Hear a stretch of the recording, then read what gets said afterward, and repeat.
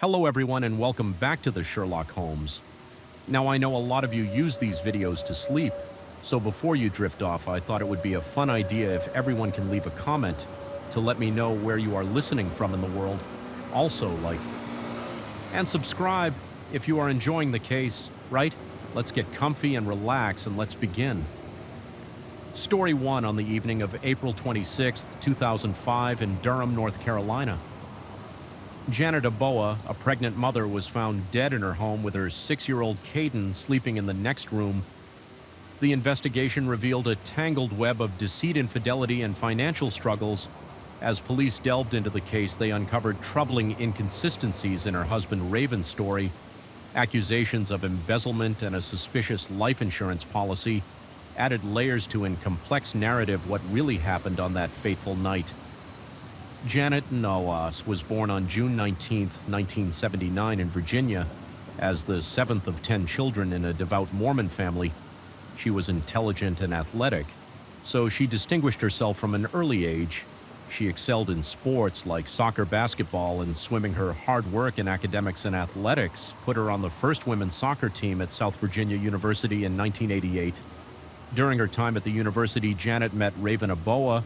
He was a player on the men's soccer team, and press presented himself as a charismatic suitor who shared her religious beliefs. Their relationship developed rapidly, and they became inseparable. By August 2000, at just 20 years old, Janet married Raven in a ceremony that adhered to their religious traditions. After their marriage, the couple moved to Durham, North Carolina for job opportunities with Eurosport. Initially, they appeared to be a perfect couple. However, signs of trouble began to emerge as financial strains and infidelity issues. In their relationship, the marriage between Janet and Raven Aboa began to deteriorate in 2003.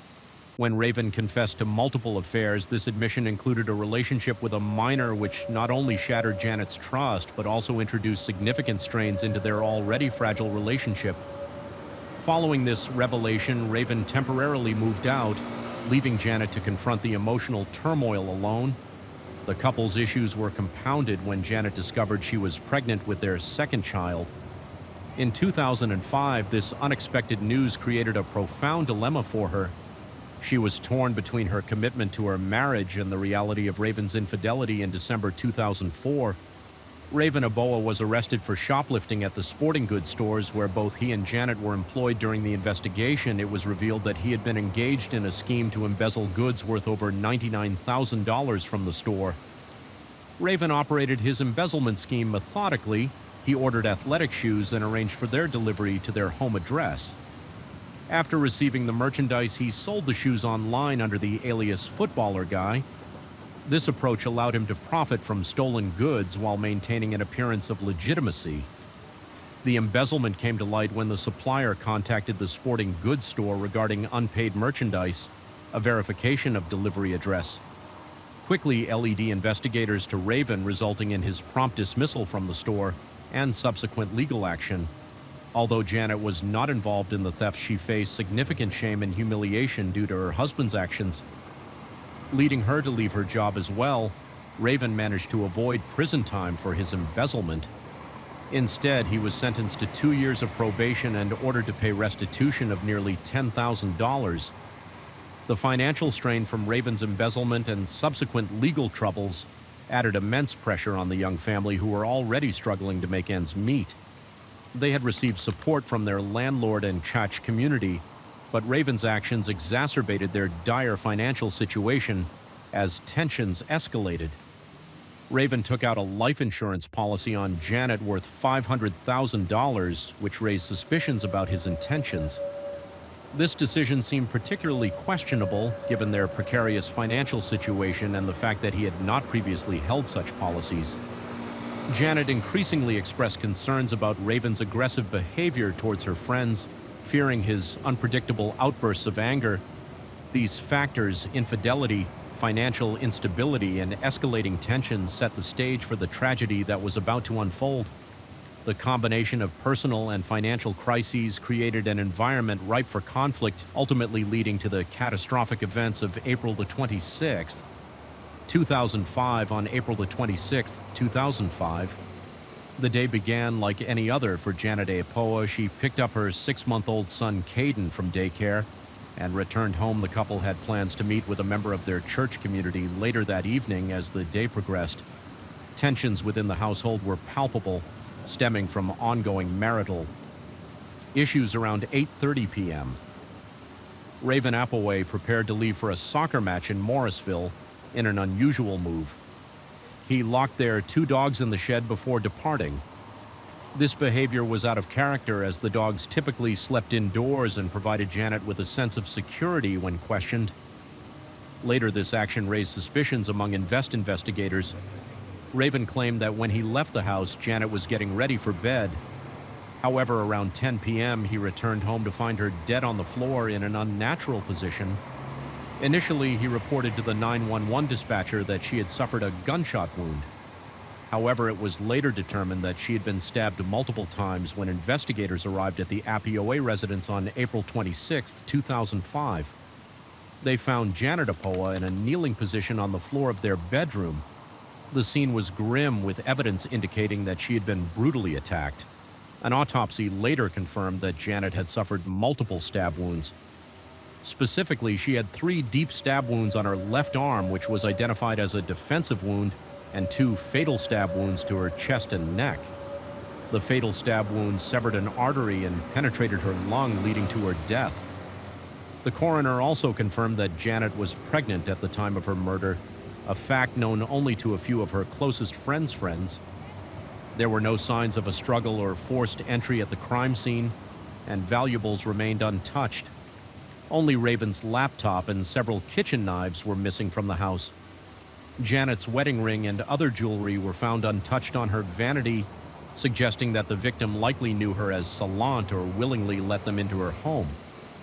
Crucial evidence collected at the crime scene included a bloody shoe print and a fingerprint that did not match Raven's.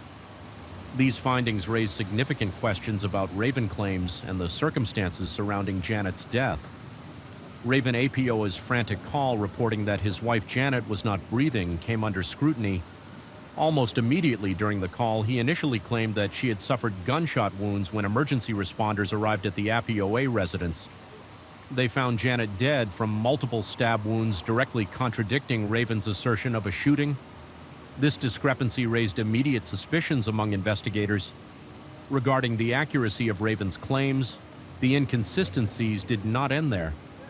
Initially, Raven was cooperative with investigators. However, as the investigation progressed, he informed Janet's family that she had committed suicide. This claim was met with skepticism by her family, who knew Janet's character and strong religious beliefs against taking her own life.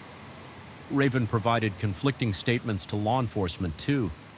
He initially stated that he found Janet already dead, but later claimed she was alive and had asked him why it hurt so much. Yet during his call with the 911 dispatcher, he did not ask for help for Janet, but rather informed them that she had been shot. These inconsistencies in his narrative further fueled suspicion about his involvement in Janet's murder shortly after Janet's death. Raven moved to Utah with their son Caden. His decision to leave North Carolina raised eyebrows among investigators.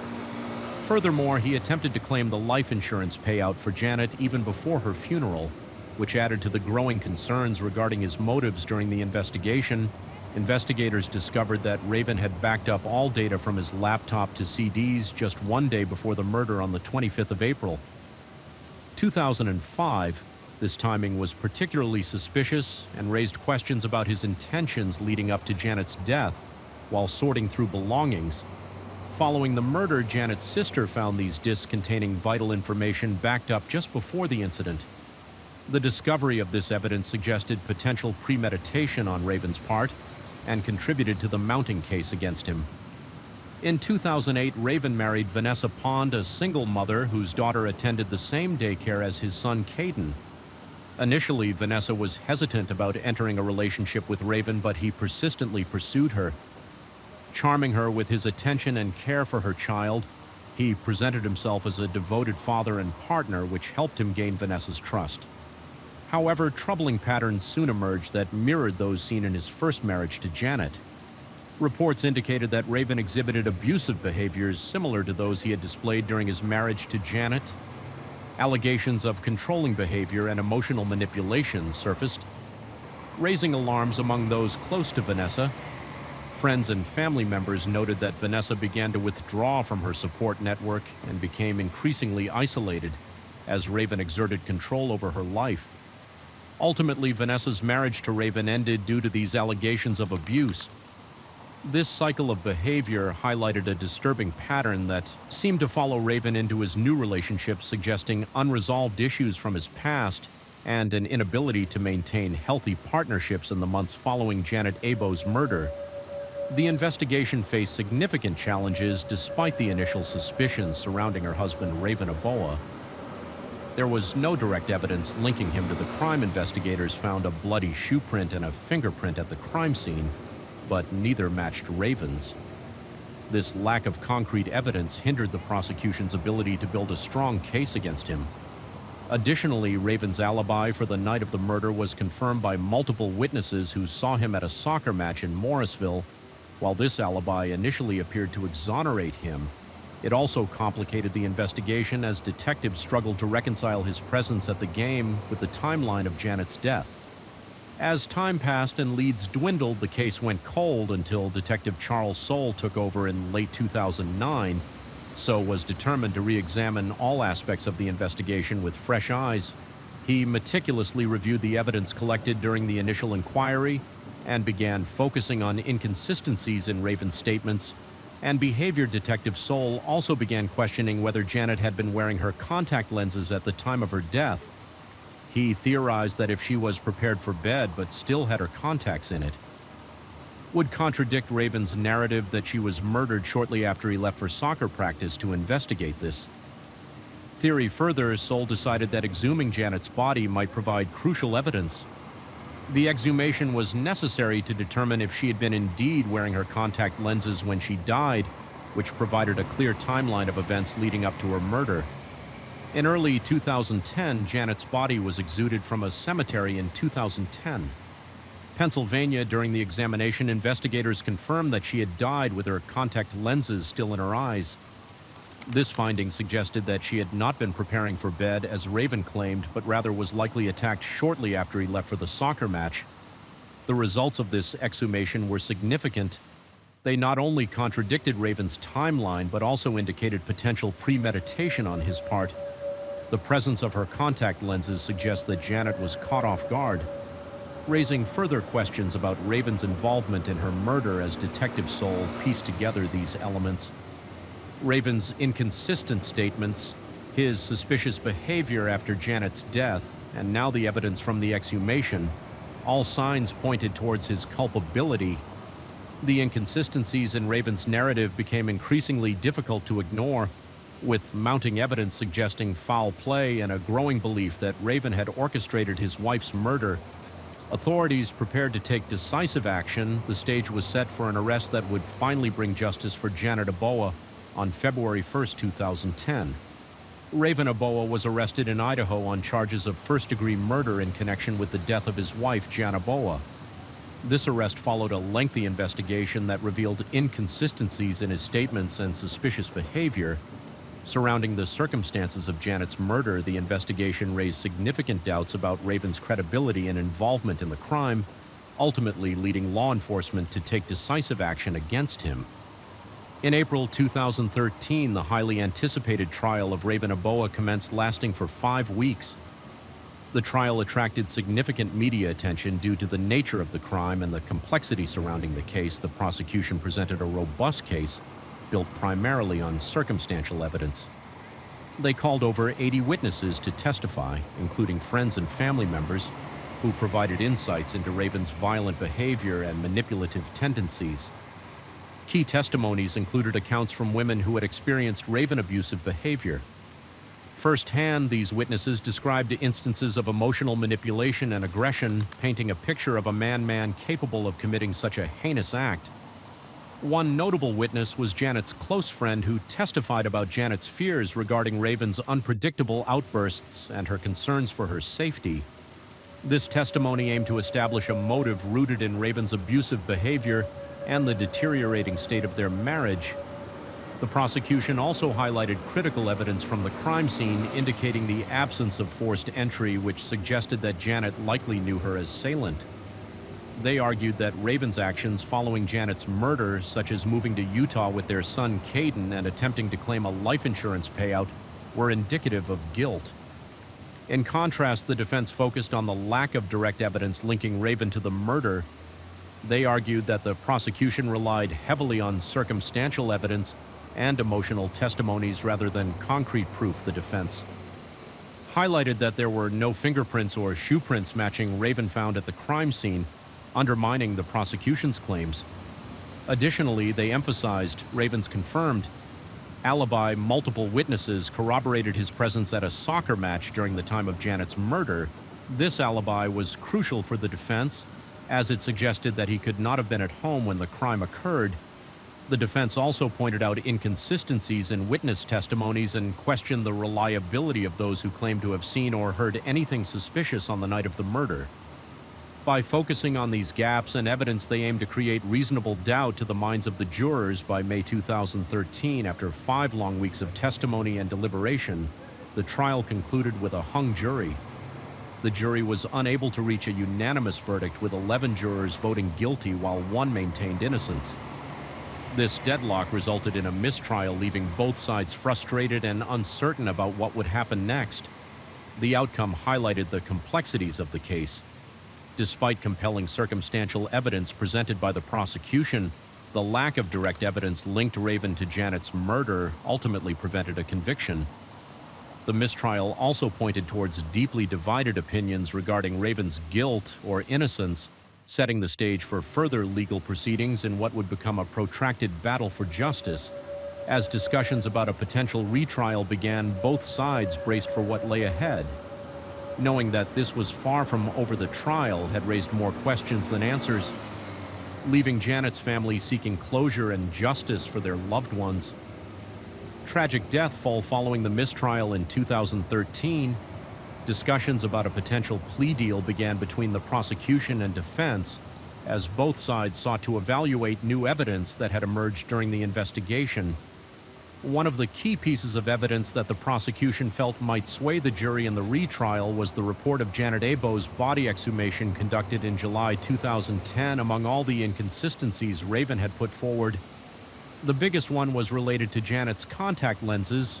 His claim that Janet was getting ready to go to bed was proven wrong by the exhumation report, when it was confirmed that there were still fragments of contact lenses in her eyes. So, as per Detective Soul's theory, if she had not removed the lenses, she was not yet ready for bed, and if she was not ready for bed, it meant she was attacked and killed shortly after Raven left for his soccer match. Hence, the whole scenario would fall onto Raven. That maybe it was Raven who pretended to go out for a football match and locked up the dog so there wouldn't be any protection for Janet. He then came back inside the house, and since Janet knew it was him, there were no signs of forced entry or a call for help, which she would have done in the case of an intruder. He then committed the murder and left for the football match, which confirmed his alibi upon his return. He would make a 911 call where he described his wife as dead, but later changed his stance and said that she was alive upon his arrival. Although all of this was speculative evidence based on theory, and there was no match found of the bloody footprint or the fingerprint of the crime scene, it was looking likely that if another trial were to take place, the jury would be swayed towards declaring him guilty of first-degree murder on March 12, 2014. Raven Aboa entered an Alford plea for voluntary manslaughter in connection with the death of his wife Janet Aboa. This plea allowed him to acknowledge that sufficient evidence existed for a conviction without admitting guilt. The decision to accept this plea deal came after extensive discussions between the prosecution and defense.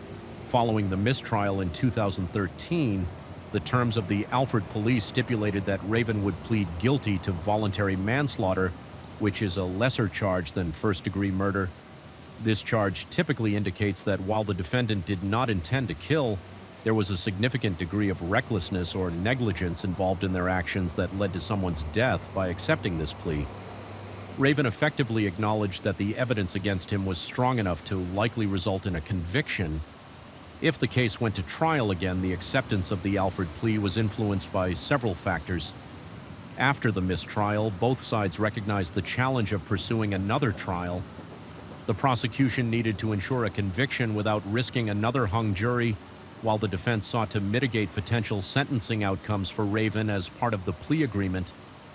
Raven was sentenced to 8 to 10 years in prison but received credit for time served approximately 4 years, meaning he would serve a reduced sentence. The sentencing reflected the seriousness of Janet's death, while also considering Raven's acceptance of responsibility through the plea. Accepting the voluntary manslaughter charge allowed Raven to avoid a more severe sentence associated with first-degree murder, which carries harsher penalties and reflects premeditated intent by pleading guilty to voluntary manslaughter.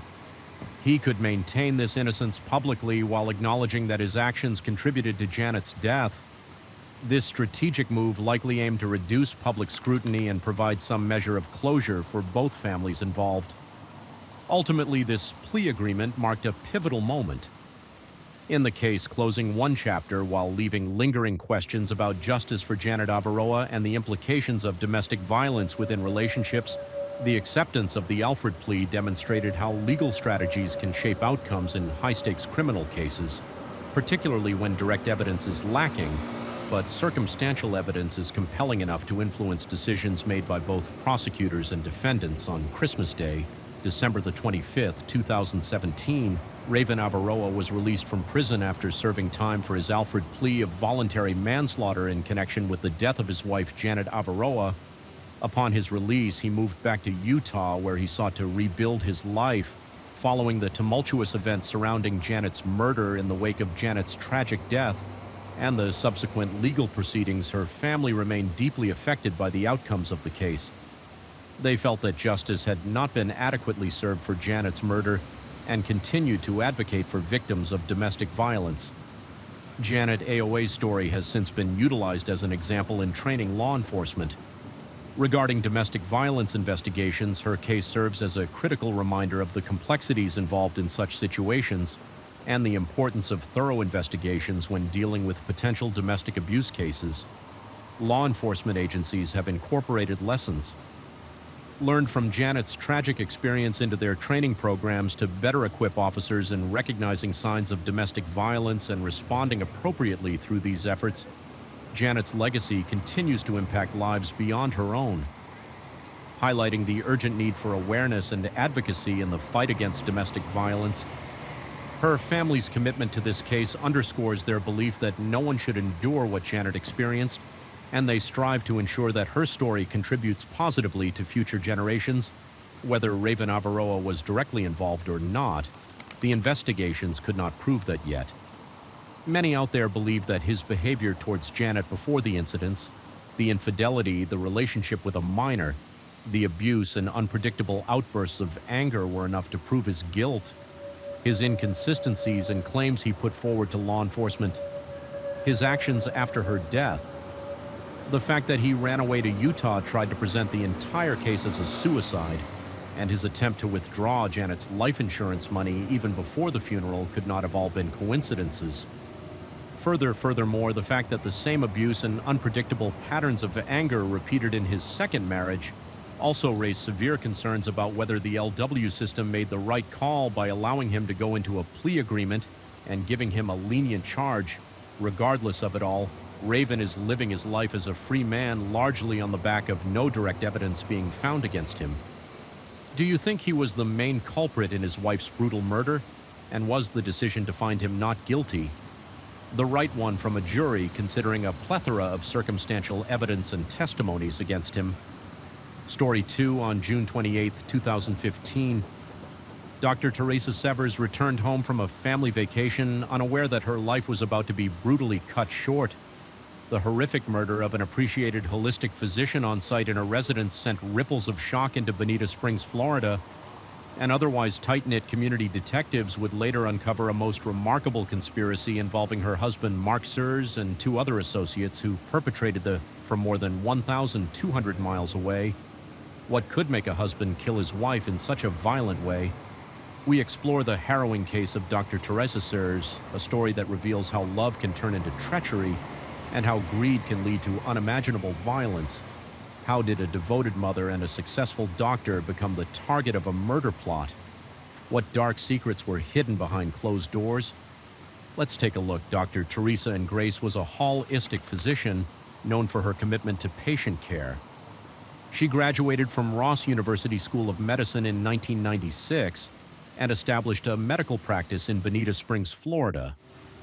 Teresa was dedicated to blending traditional and alternative medicine, helping patients who had exhausted other treatment options. Mark Douglas, Severs Teresa's husband, served as the office manager at her practice. They married in 2003 and had 2 daughters initially. Portrayed as a supportive family man, Mark's actions would later come under scrutiny as the investigation into Teresa's murder unfolded. Financial struggles within the family would emerge as a significant factor in the events that followed the conspiracy to murder. Dr. Teresa Sears began during the wedding of Curtis Wayne Wright in May 2015. Mark Sears, attending as a guest, confided in Wright about his mental health issues and expressed fears that Teresa would take their children away. Mark articulated his desire to have Teresa killed, citing financial motivations tied to her life insurance policies.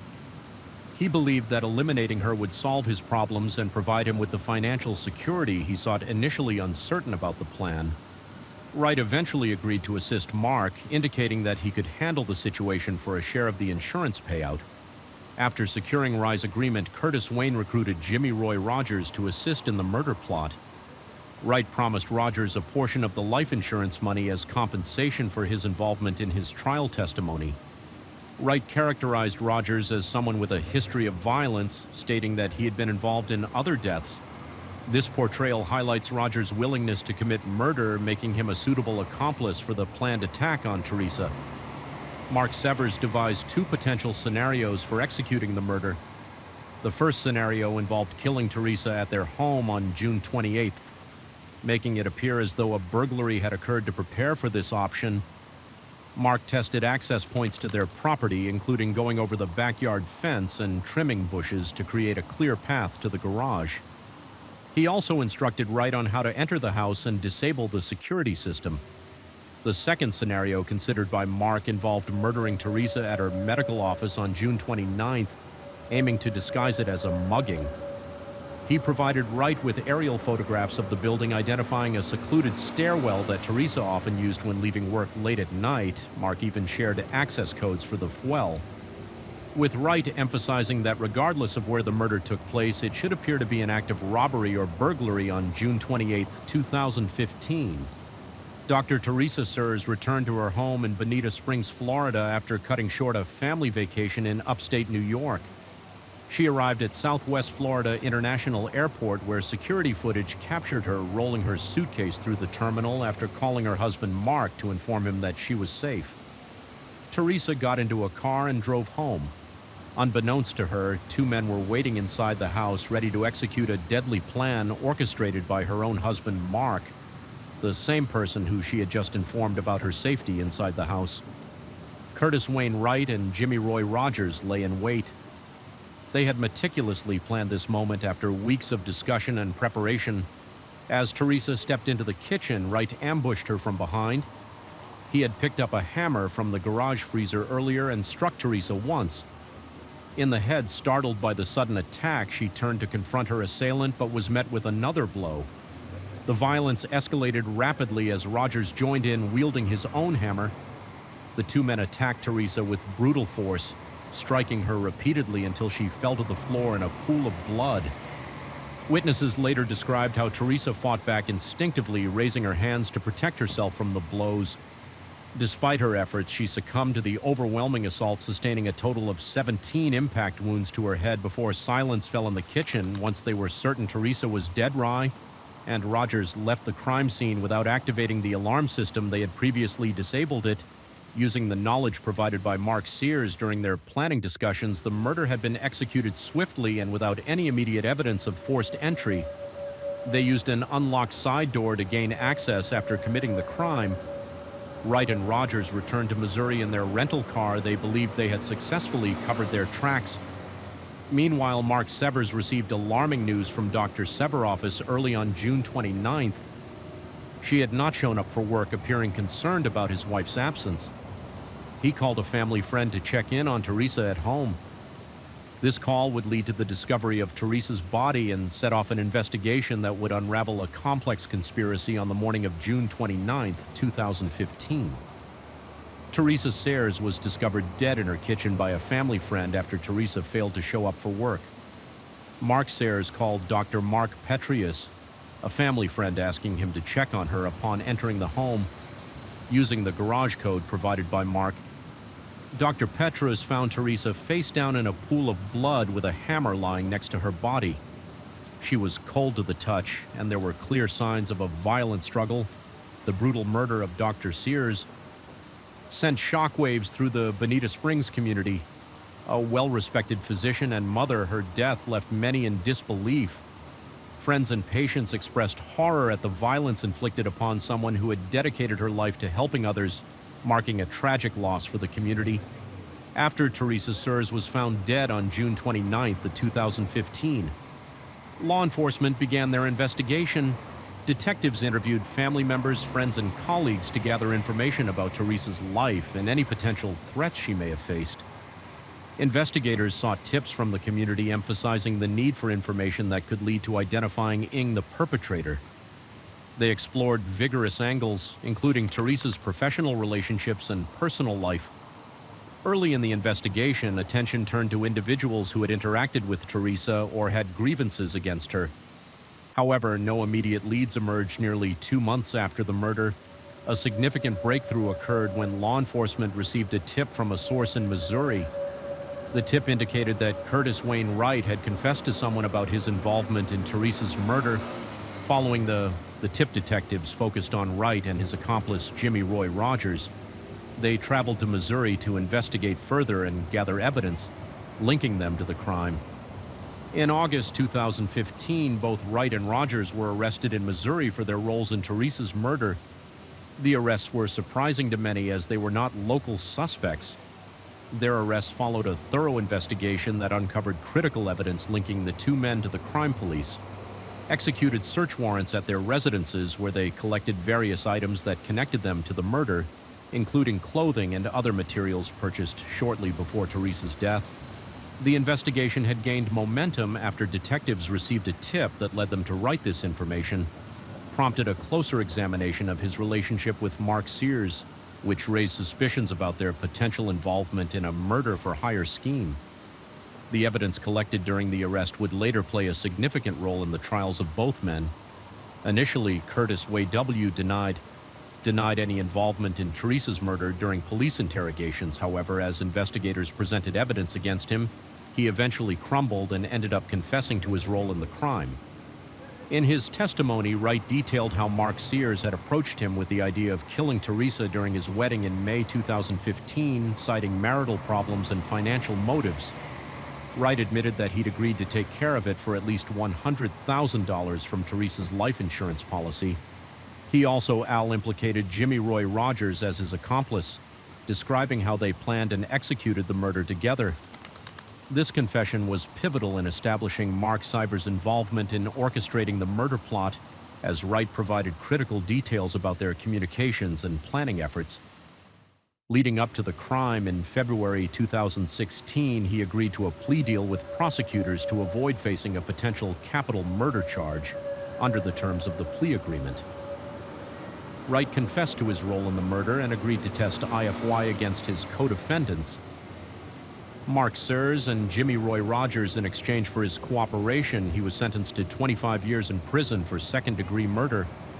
This plea deal required that he provide substantial assistance to the prosecution throughout their cases against Sears, and Rogers Wright's confession detailed how he and Rogers traveled from Missouri to Florida with the intent to kill Teresa as part of a plot orchestrated by Mark Seivers. He explained that Mark had approached them with the idea during his wedding in May 2015, citing financial difficulties and a desire to eliminate Teresa as a solution. The testimony was pivotal in establishing Mark's direct involvement in planning the murder. The outcomes of Wright's plea deal were significant. It not only secured a conviction against him, but also provided critical evidence that would lead to the eventual arrest and conviction of Mark Sears-Wright's willingness to cooperate with law enforcement, marked a turning point in the investigation as his insights into the conspiracy illuminated the events leading up to Teresa's tragic death in December 2015. After an extensive investigation into the murder of Dr. Teresa Severs, law enforcement arrested her husband, Mark. Severs' detectives had been meticulously gathering evidence that linked Mark to the conspiracy to kill Teresa, which culminated in his arrest. The investigation revealed a series of text messages exchanged between Mark and Curtis Wayne Rye, which indicated a clear conspiracy to murder Teresa for financial gain. These messages outlined discussions about the murder plot and demonstrated Mark's direct involvement in orchestrating the crime. Prosecutors alleged that Mark had hired Wright and Jimmy Ray Rogers to carry out the killing, motivated by financial pressures and fears of losing custody of their daughters. Additionally, court documents released during this time highlighted troubling aspects of Mark and Teresa's marriage, including financial difficulties and potential infidelity. The evidence suggested that Mark stood to gain significant from Teresa's life policies, which totaled over $4 million across 5 separate policies. On December 4, 2015, shortly after Teresa's funeral, Mark was taken into custody. He was escorted by law enforcement from the Lee County Sheriff's Office, wearing a red jumpsuit with bond set at $4.4 million. As investigators pieced together the timeline of events leading up to Teresa's murder, they expressed confidence that they had enough evidence to charge him with first-degree murder. Mark Severs' arrest marked a significant turning point in the case, as it shifted focus onto him. As a central figure in the conspiracy, his initial cooperation with investigators began to WN as the evidence against him mounted, leading to a complex legal battle that would unfold in the months to come. Following Mark Severs' arrest in December 2015, investigators intensified their efforts to gather additional evidence related to the murder of Dr. Teresa Sears. A critical aspect of this ongoing investigation involved the analysis of digital evidence, particularly GPS data from the rental car used by Curtis Wayne Wright and Jimmy Ray Rogers. During their trip from Missouri to Florida, investigators obtained the GPS data, which provided a detailed account of the route taken by Wright and Rogers. This information was crucial in establishing a timeline of their movements leading up to the murder. The data confirmed that they departed Missouri on June 27, 2015, and arrived in Bonita Springs early on June 28, just hours before Teresa was killed. The precise timestamps indicated that they had arrived at the Severs home around 6 a.m., aligning with the timeline of events surrounding Teresa's murder. In addition to the GPS data, investigators also analyzed cell phone records that revealed communications between Mark Sears and Wright. These records indicated a pattern of contact leading up to the murder, further solidifying the connection between Mark and the conspiracy. The use of prepaid phone by Mark and Wright suggested an attempt to evade detection, but investigators were able to trace their communications effectively. The collection of this digital evidence played a significant role in cooperating witness testimonies and establishing a clear narrative of how the murder was planned and executed. As investigators continued to piece together the evidence, it became increasingly apparent that Mark Sears had orchestrated the crime, leveraging his relationship with Wright and Rogers to carry out his intentions. This phase of evidence collection not only reinforced existing findings, but also laid the groundwork for subsequent legal proceedings against Mark Sears, ultimately shaping the trajectory of the case as it moved toward trial. As preparations for the trial began, prosecutors focused on compiling a comprehensive body of evidence against both Curtis Wayne Wright and Mark Sears. A significant piece of evidence came from surveillance footage captured at a local Walmart where Wright and Jimmy Ray Rogers were seen purchasing items that would later be linked to the murder of Dr. Teresa Sears. The footage showed the two men shopping with apparent disregard for concealing their identities as they bought trash bags, flushable wet wipes, black towels, and a lockpicking kit. These purchases were critical in establishing their intent to commit murder and dispose of evidence afterward. In addition to the surveillance footage, investigators collected fibers from a blue jumpsuit discarded by Rogers along Highway 47 in Missouri. Forensic analysis revealed that these fibers matched those found on Teresa's clothing at the crime scene, providing a direct link between Rogers and the murder. This physical evidence bolstered the prosecution's case by demonstrating that both men had been present during the crime. The prosecution also gathered digital evidence, including GPS data. Found from the rental car used by Wright and Rogers, this data confirmed their route from Missouri to Florida and established a timeline of their movements leading up to Teresa's murder. The combination of digital footprints, surveillance footage, and forensic evidence created a robust case against the defendants. As the trial dates approached, the prosecution prepared to present this evidence in court, aiming to establish not only the guilt of Ryan Rogers, but also to demonstrate Mark Siver's orchestrating role in planning his wife's murder. The evidence collected would be pivotal in shaping the narrative presented during these trials. Following the conviction of Jimmy Ray Rogers, Mark Sears stood trial in December 2019, the prosecution once he again prepared a case that relied heavily on the testimony of Curtis Wayne Wright, who had accepted a plea deal in exchange for his cooperation. Wright detailed how Mark orchestrated the murder plot, providing critical insights into the lad to Teresa's death during the trial. Prosecutors presented various pieces of evidence linking Mark to the crime. This included text messages exchanged between Mark and Wright that indicated discussions about the murder and financial motivations behind it. The prosecution argued that Mark's desire for financial gain from Teresa's life insurance policies was a primary motive for orchestrating her murder. The defense countered by asserting that there was no credible evidence directly connecting Mark to the actual murder.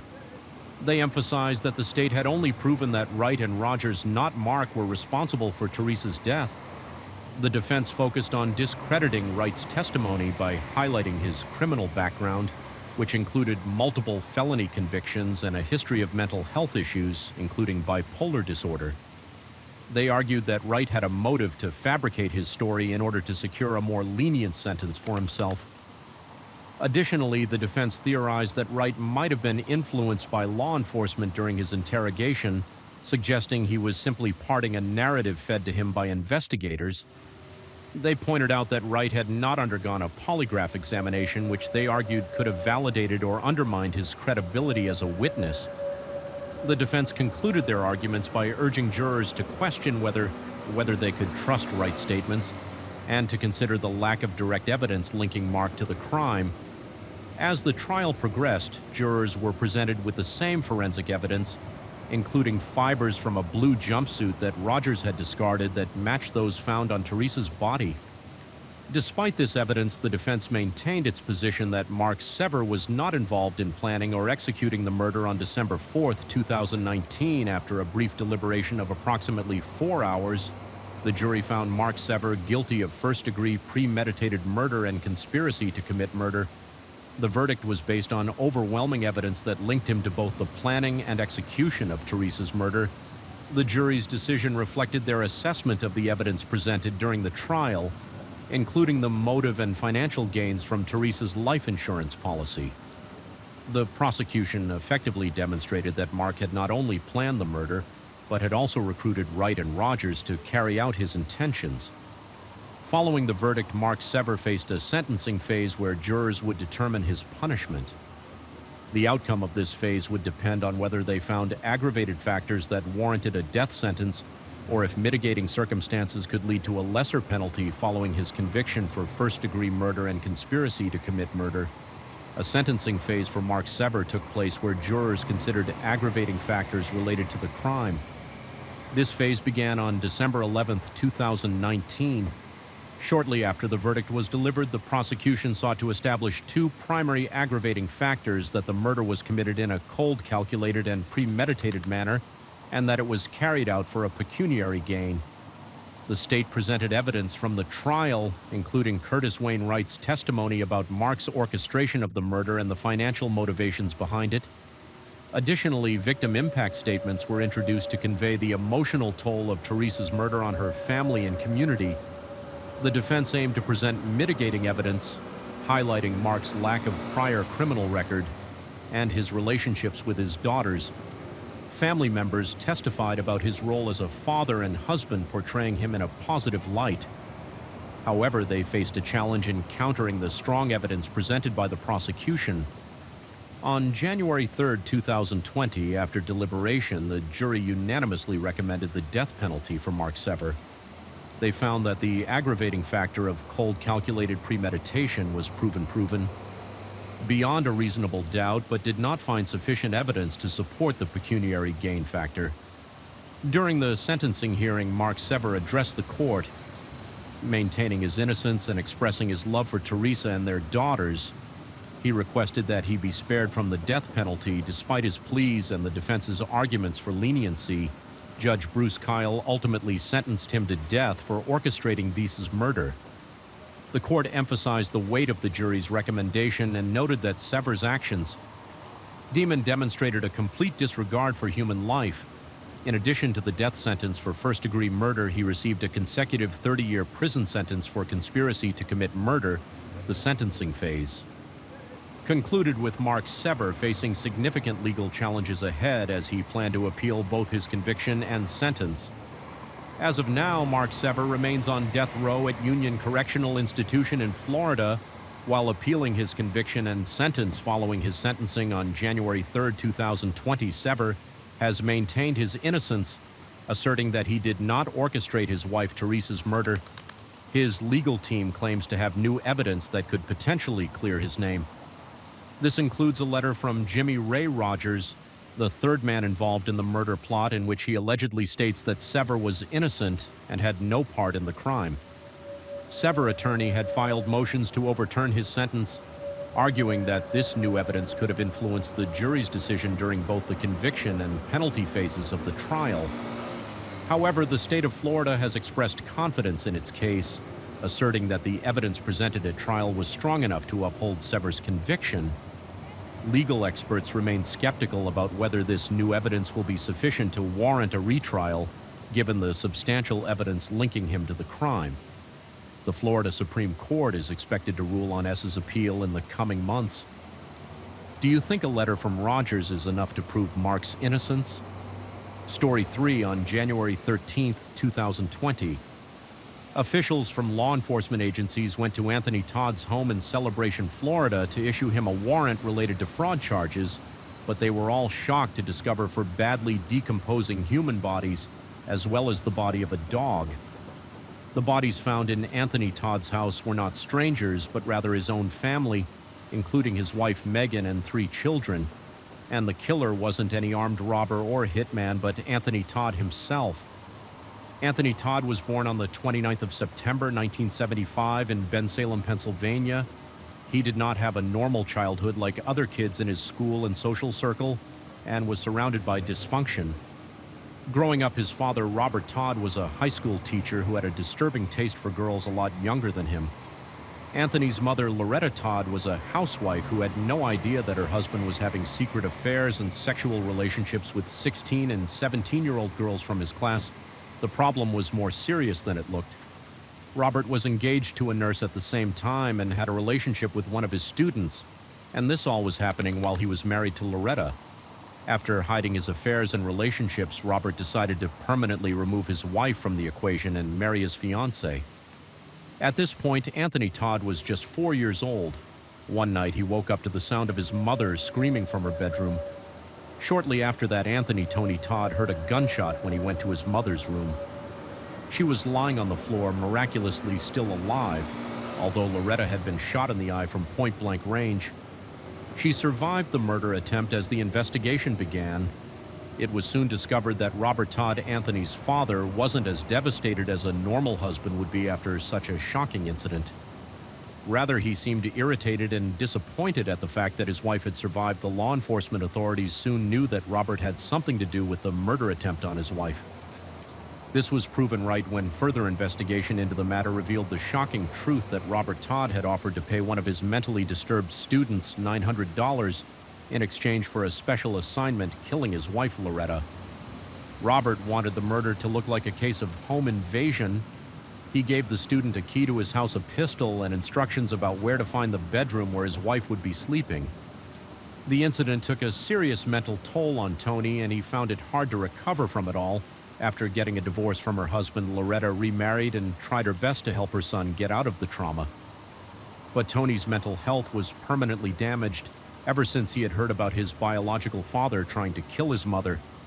Despite his mental health issues, Anthony Todd was an extremely well-mannered and hard-working kid in school. It was because of this that he was voted to be the president of his class. In both his junior and senior years, it was during high school that Tony met Megan for the first time. With time, Tony and Megan grew close and even decided to pursue similar degrees after graduating from high school.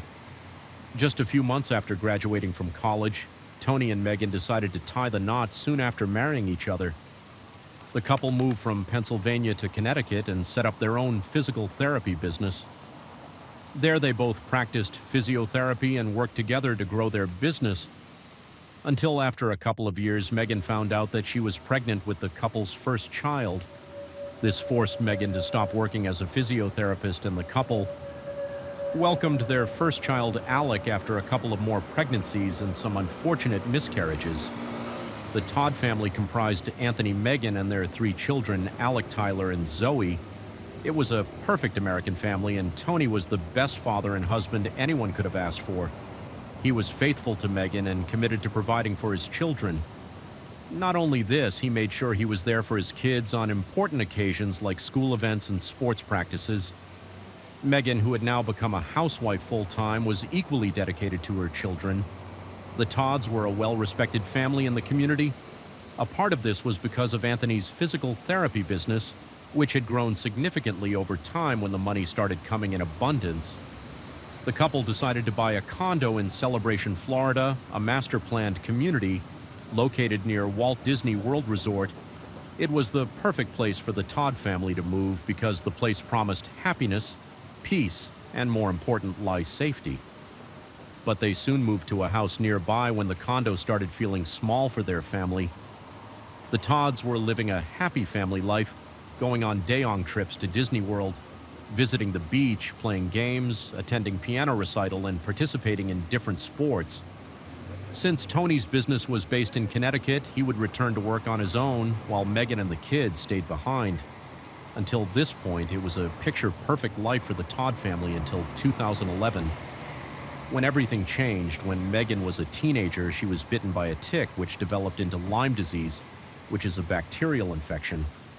LME disease normally stays dormant for years and doesn't cause any health issues until something triggers it and ignites its symptoms. That's what happened in the case of Megan in 2011. After a trip to Disney World, Megan told her husband that she had been bitten by a bug. Initially, the couple thought that the infection would go away after a few days.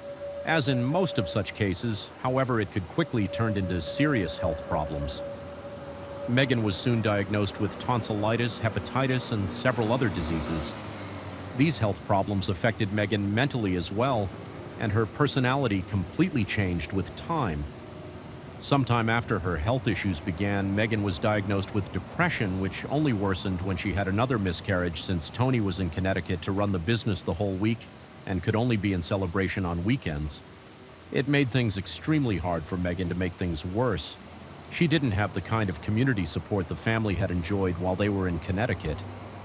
The only positive in the whole situation was Tony's physiotherapy business, which Megan thought was going really well, except it wasn't at all. The company hadn't been making a profit for some time, and Anthony Todd was the main reason behind that. He had been using the company funds to buy condos across the country and intended to rent them out to vacationers, but those properties didn't make the desired profit, and most of them were running at loss. The little money that the physiotherapist business now made wasn't enough to run 2 houses in different states and cover Megan's medical bills and Tony's airfares as the financial problems increased. Anthony Todd decided to take out a small loan to make meet, but couldn't pay off the repayment when the time came, so he took another loan to repay the first loan, and the cycle continued. Things quickly worsened before they knew it. Tony was under $100,000 of personal debt. He also owed money in terms of company debts and 2 mortgages for the family's houses in Connecticut and Florida. Until this point, Anthony had been hiding the financial problems for Megan, but thought it was now time to tell his wife exactly what was going on, and he decided to keep it that way to make things worse.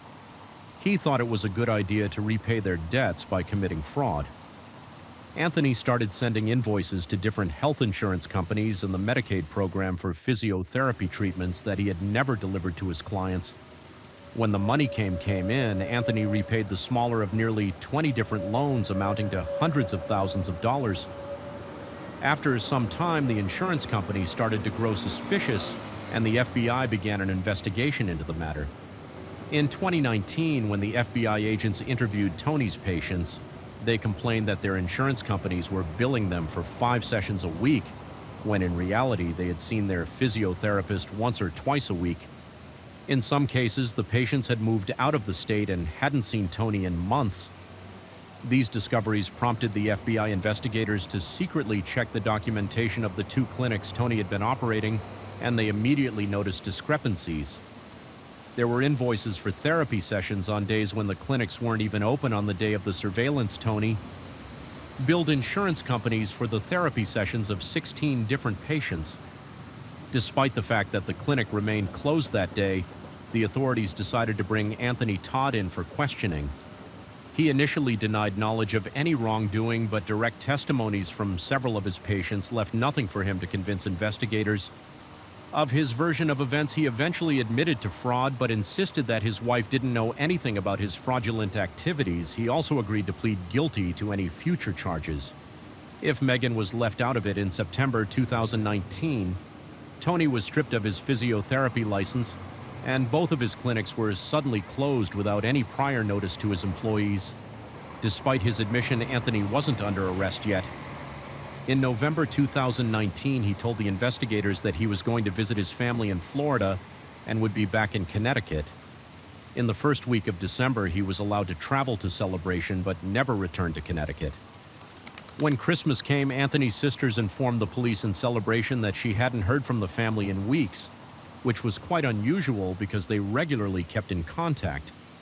She told the authorities that she was particularly worried about her brother because she knew he was involved in a fraud investigation. She also said that during the call with her brother, Anthony told her that Megan and the kids had gotten ill and hadn't gotten out of bed in a few days since Tony never called after that. It made her wonder if the illness was more serious than what her brother had told her on December 29, 2019.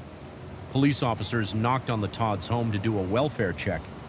No one answered the bell, and there were no signs of anyone occupying the house either. The sheriff's department in Celebration noted its report that the family had probably gone back to Connecticut. It took 2 more weeks to find out that the entire Todd family had been inside their Celebration home the whole time on January 13, 2020. Investigators from the Department of Health and Human Services and police officers from the Ecola Sheriff's Department visited the Todd family's house. They knocked on the front door for 3 days but didn't receive any response from the inside. There was also an eviction notice posted on the front of the house, which convinced the authorities that the Todd family was still in Connecticut. Meanwhile, Tony's sisters told the local authorities that the family had been receiving disturbing messages from Tony and Megan's numbers. This was around the same time when the FBI agent who was investigating Anthony Todd's fraud case followed him to Celebration. This was because he had failed to report back ever since leaving Connecticut to spend Thanksgiving with his family in Florida. An FBI agent was parked outside the family's house in Celebration when noticed. Anthony stepping out of the house and briefly sitting on the patio before going back inside. The agent immediately informed the local sheriff's department, and officers arrived at the house within minutes to arrest Anthony Todd.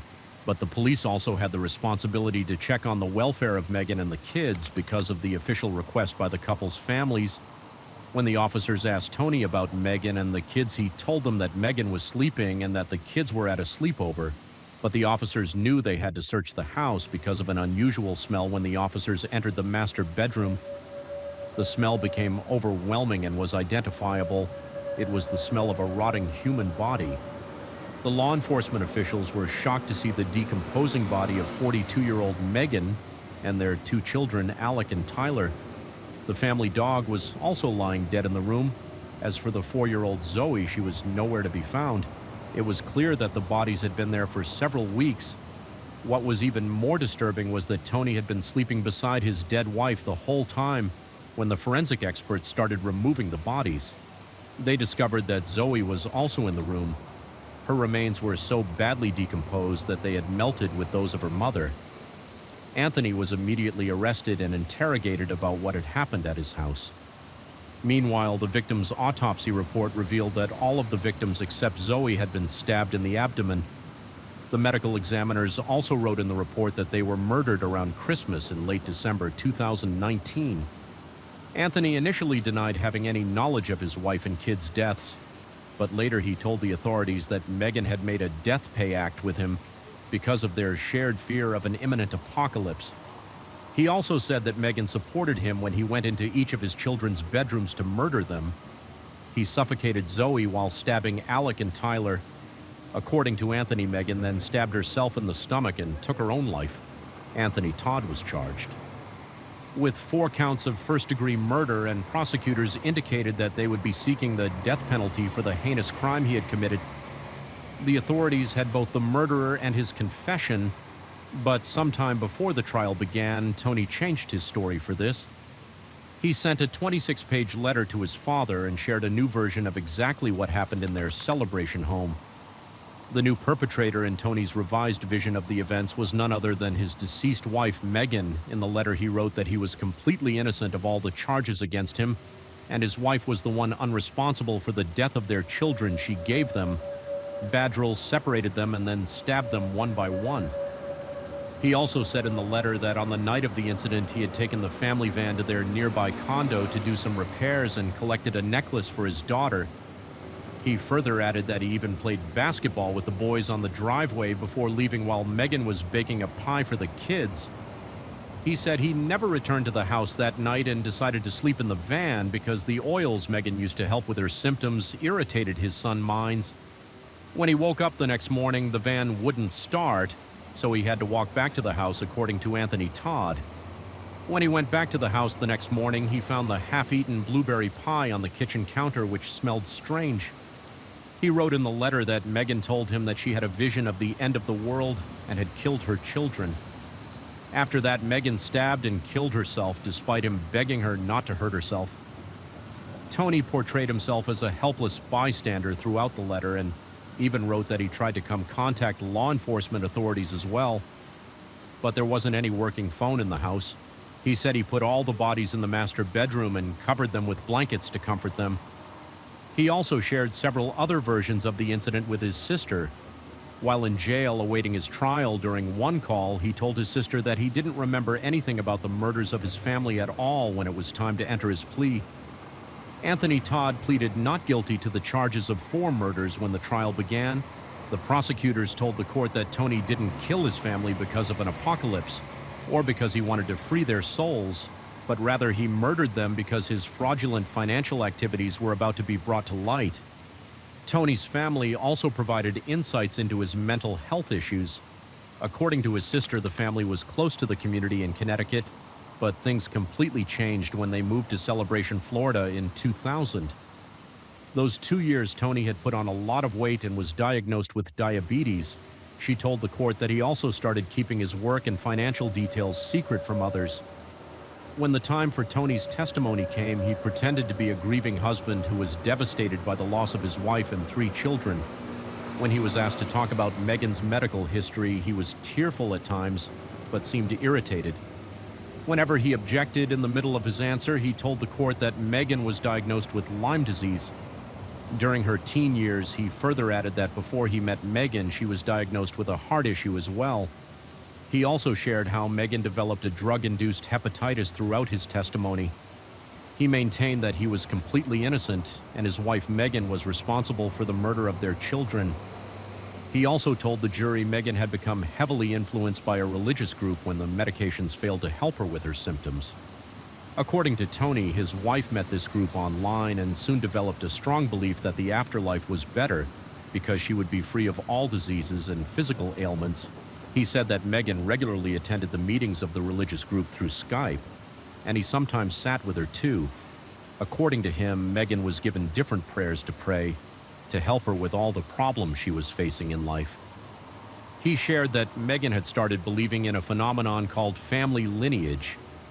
Kara Burning, she had faith that each afterlife was connected to the previous lives, and burning the family karma in the current life would help her family reach a salvation in which they would be reincarnated to a better life.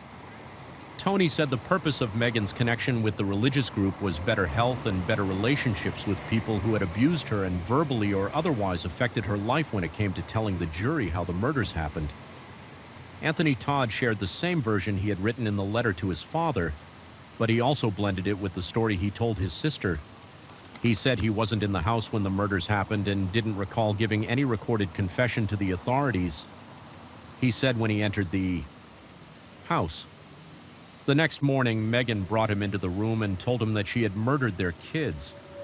He also added that he was so shocked by all of what had happened that he fell down the stairs, smacked his head on the stairs, and fractured his neck. He told the jury he didn't remember what happened next until he woke up in jail when asked about the recorded confession. He said he had no knowledge of it and saw the video for the first time in the court. But in his recorded confession, he had told the investigators that he and Megan had collectively made the plan to kill their children, and the kids were also well aware of their imminent deaths because Megan and him had gotten their consent before murdering them. Although surprisingly, he denied responsibility for murdering the family dog. In the recorded confession, he also answered the question about when he had killed his family. 2 days before Christmas of 2019, he told the jury when he saw his wife and children dead, he wanted to take his life and be with them. For that, he cut his wrists and took multiple doses of Badril and at several points even tried hanging himself.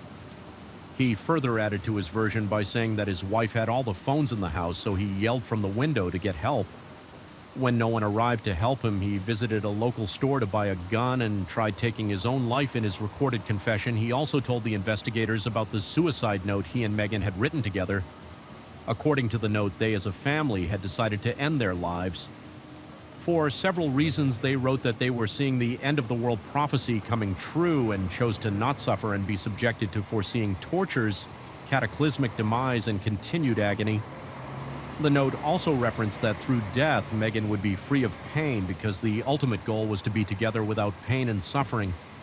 When it came to discussing his wife's death, Anthony Todd told the court that she had stabbed herself twice in the stomach after consuming a large amount of Badril, but according to the autopsy report, the downward angle of the stab would strongly indicate that someone else was responsible for killing her.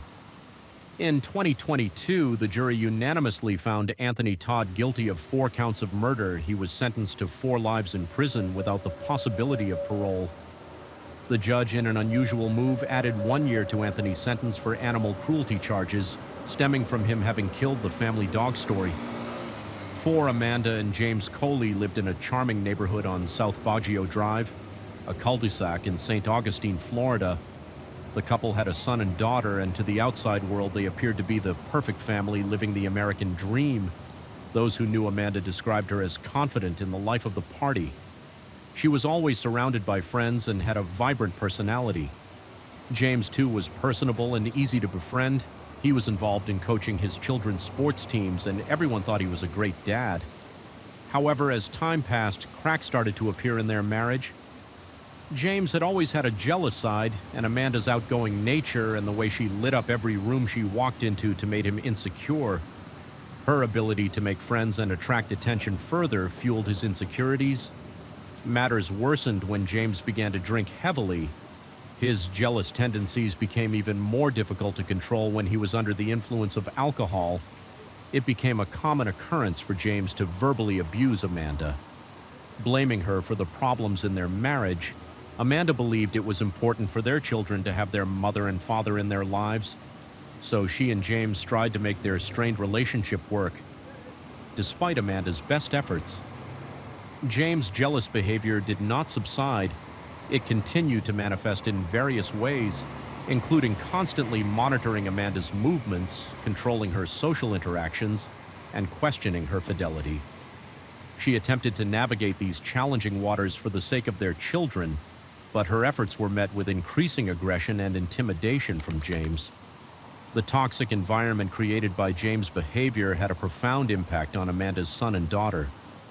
They witnessed their parents' drug struggles, and the emotional turmoil began to affect their well-being. This constant tension and fear became unbearable for Amanda and her children. and she realized that something had to change. After careful consideration, Amanda made the decision to end her marriage with James.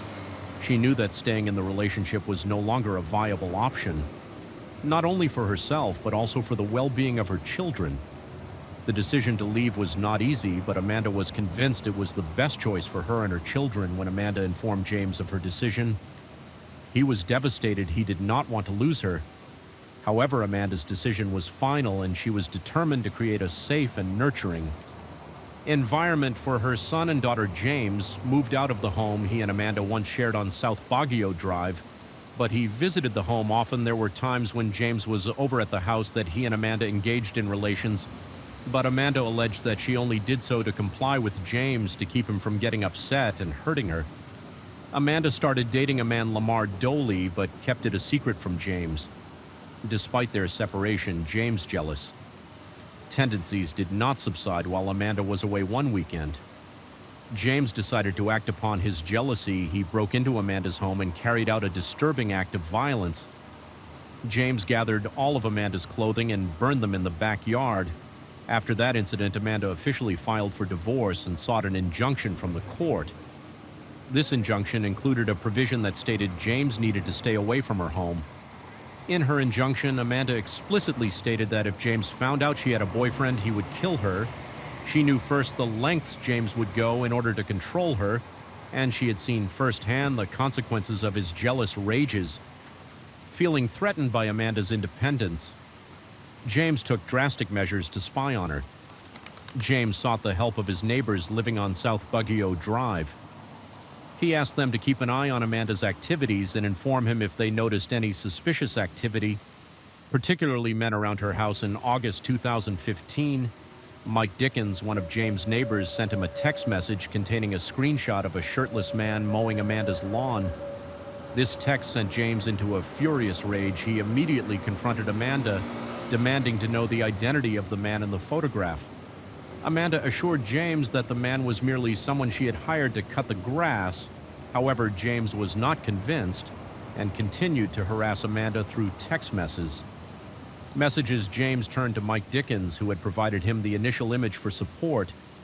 In his message to Mike, James referred to Amanda as an evil person, a cheater, and the worst person on the planet.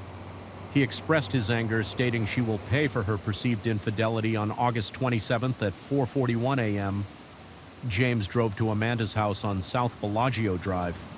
Amanda, however, was not home. Frustrated by her absence, James decided to enter her house. Once inside DI, he embarked on a destructive rampage, breaking every television and destroying the furniture and walls. As James made his way through Amanda's bedroom, he stumbled upon a collection of men's clothing and adult toys. These items did not belong to him, and he immediately became enraged. In a fit of anger, he began incessantly calling Amanda, informing her about the intimate items he had discovered inside her bedroom. At 8:34 a.m., James left a voicemail on Amanda's phone, calling her. Disgusting, his message was filled with anger and accusations, further escalating the situation. Just half an hour after leaving the voicemail, James arrived at St. Johns County Courthouse for an appearance on the injunction violation that Amanda filed against him for an earlier incident. During the court hearing for the injunction violation, James pleaded no contest to violating the terms of their protective order.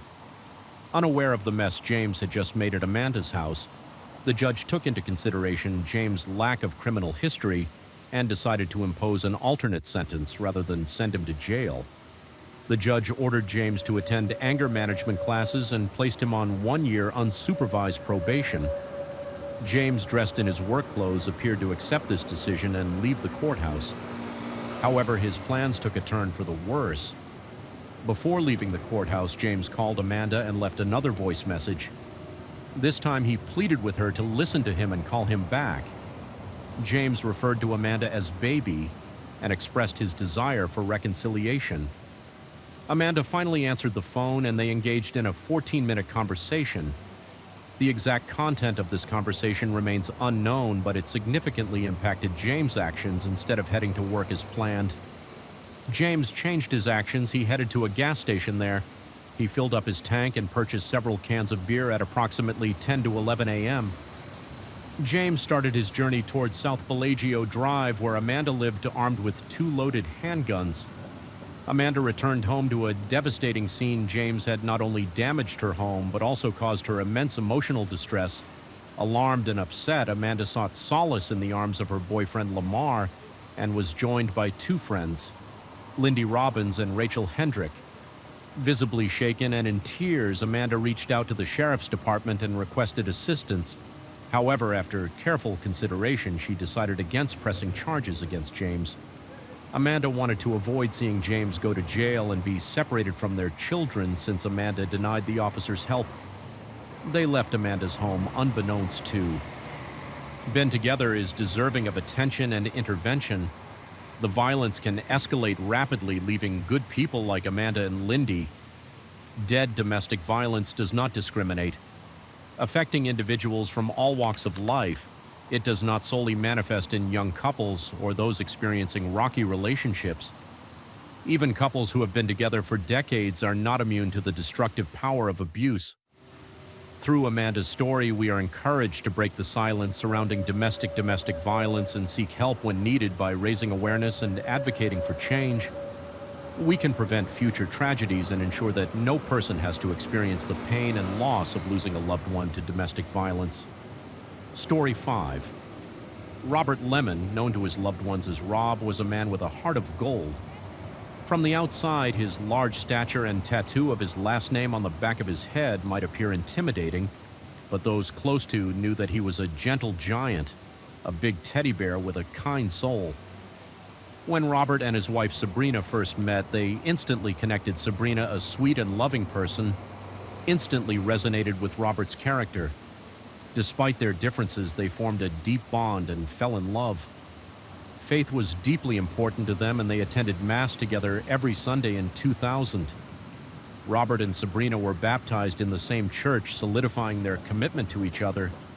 They later exchanged vows in a beautiful ceremony in Arizona, surrounded by their family and friends. Over the years, the couple had 2 children, dedicating their lives to raising a loving and stable family. Actually, Robert and Sabrina decided it was time for a change and relocated to Silver Lakes, California, a picturesque town located 99 miles from Los Angeles. Silver Lakes was a peaceful family community that offered a perfect setting to raise their young family. Sabrina stayed home and cared for the house and children while Robert worked at BNSF Railway, a job he loved. Robert's job at the rail yards was both his passion and a source of pride. He genuinely loved what he did and excelled in his role. His superiors admired him for his reliability and his unwavering work ethic. The rail yards were a bustling and chaotic environment. Despite Robert's dedication, the work was not without danger. The area was frequented by thieves who would patrol the rail yards looking for cargo to steal. These individuals posed a significant threat to the safety of the employees. However, Robert never let these security concerns deter him from his job and remained vigilant. With Robert's size and smarts, he could easily take down any opponent, human or animal. Robert was more than just a man, he was a force of nature. Robert's personal life was as vibrant and dynamic as his personality. He and his wife Sabrina, 2 peas in a pod, had an active social life and loved nothing more than throwing parties and hosting gatherings at their home in Silver Lakes. They were known for their warm and welcoming personality, attracting people from all walks of life into their circle of friends. But what captivated everyone about Robert and Sabrina was their youthful energy and unbreakable bond. Robert and Sabrina were like a couple of teenagers in love, not a long-time married couple. They had adorable names for one another and were always laughing, leaving those around them feeling uplifted and inspired. Robert's attentiveness and dedication to Sabrina left many of her girlfriends envious. They wished their husbands were as attentive and considerate as Robert. He seemed to know exactly what Sabrina needed and would always support her, making her feel valued and loved.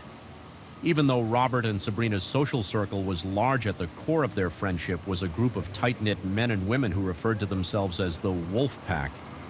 This Wolf Pack included Jason Bertine, a firefighter in Silver Lakes, and his wife Kelly, a hairdresser.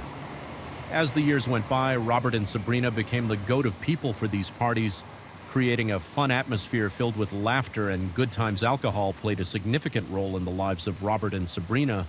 They embraced the mantra, "It's 5 o'clock somewhere," as their go-to phase whenever the urge to drink struck. The heavy drinking accompanied a changing dynamic in their marriage due to the changes in their relationship. The couple decided to embark on an open arrangement, allowing each other to explore relationships with other people. One of the couples they frequently socialized with was their friend Jason and Kelly. Despite the unconventional nature of their arrangement, Robert and Sabrina seemed happier than ever.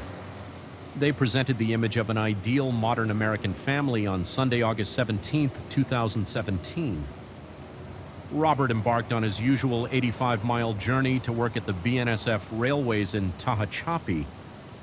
Robert, covering for a co-worker, had a scheduled shift at the BNSF warehouse, a mundane industrial building on the outskirts of the city. As the KSEDC night progressed, Sabrina awaited Robert's return. This night held a special significance for the couple, as their daughter's first day of school was the following day. The couple's daughter did not want to go to bed without getting a kiss goodnight from her daddy. However, Sabrina's concern grew when Robert never returned home. Meanwhile, in Tehachapi at the BNSF warehouse, Robert's replacement for the night arrived to find Robert lying lifeless on the floor. The co-worker, in shock, immediately called 911, alerting the authorities to the situation. Officers and paramedics arrived at the scene within minutes, but their efforts proved to be in vain. Despite their best efforts, the medics were unable to save Robert. Robert was found sitting against his work truck upon examination. The detectives saw that Robert had been shot twice, once in the upper torso and once in the head. The crime scene investigators immediately secured and processed the crime scene, a small warehouse belonging to the BNSF, as investigators meticulously examined the premises. They stumbled upon a crucial piece of evidence, an expended bullet found above Robert's head. This bullet was collected for evidence testing as investigators sought to piece together the puzzle of this heinous crime. As investigators delved deeper into the crime scene, they walked into the warehouse office and noticed it had been ransacked. Drawers were pulled out, their contents strewn across the floor. Shop manuals, binders, and important documents lay scattered about, seemingly tossed aside in a haphazard manner. Initially, the detectives at the scene believed that the killing of Robert was a crime of opportunity. A suspect looking to perpetrate a robbery had stumbled upon the unsuspecting victim and opened fire, leaving him lifeless on the ground. However, as the investigation progressed, the detectives began to question their initial assumptions. Upon closer examination, the detectives realized the crime scene had been staged. News of Robert's murder reached Sabrina, Robert's wife. The devastating new news shattered her world, leaving her in a state of shock and grief. Sabrina retreated to her room, shut off from the outside world, and wanted no part in planning his funeral. During the investigation into Robert's murder, the detectives faced a peculiar challenge. Everyone who knew Robert described him as an exceptional person. Robert's friends and family painted a picture of a man who had it all: charm, intelligence, and charisma. According to them, he was the type of man every woman wanted. This overwhelming praise for Robert confused the detectives. If Robert was such a great man, why would someone want to shoot him in cold blood? The detectives were left scratching their heads, unable to find any logical motive behind such a heinous crime. As the investigation progressed, the detectives found themselves at a standstill. There were no witnesses to the shooting and no evidence at the scene that could lead them to a suspect.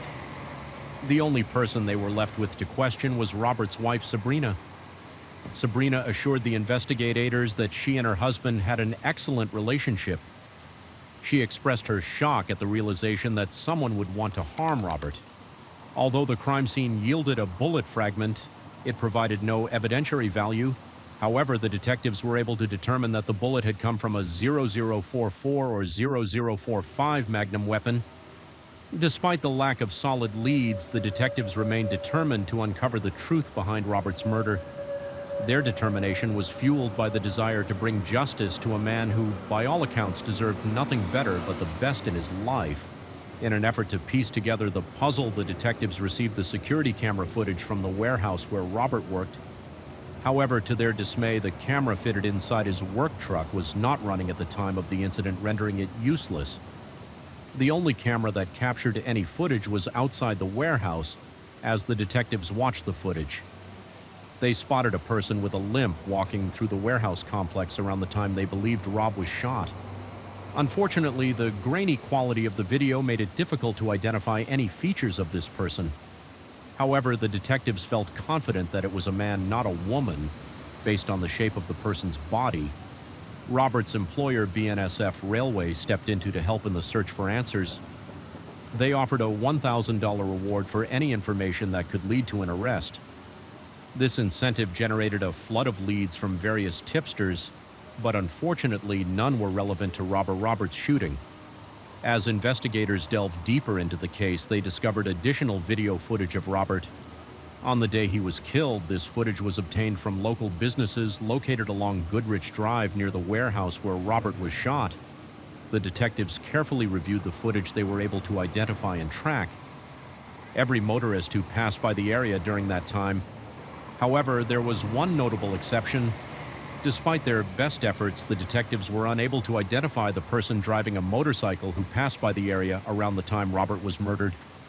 This mysterious motorcycle driver stood out to the detectives. They felt strongly that the person was connected to the crime but could not identify them due to a helmet obscuring their face. The identity of the motorcyclist remained a mystery, adding to the frustrations of the investigation. Despite their extensive efforts, the detectives were unable to determine who the person was, as the detectives worked tirelessly to unravel the truth behind the crime. They received an unexpected lead from Robert's friend Jason Bertine.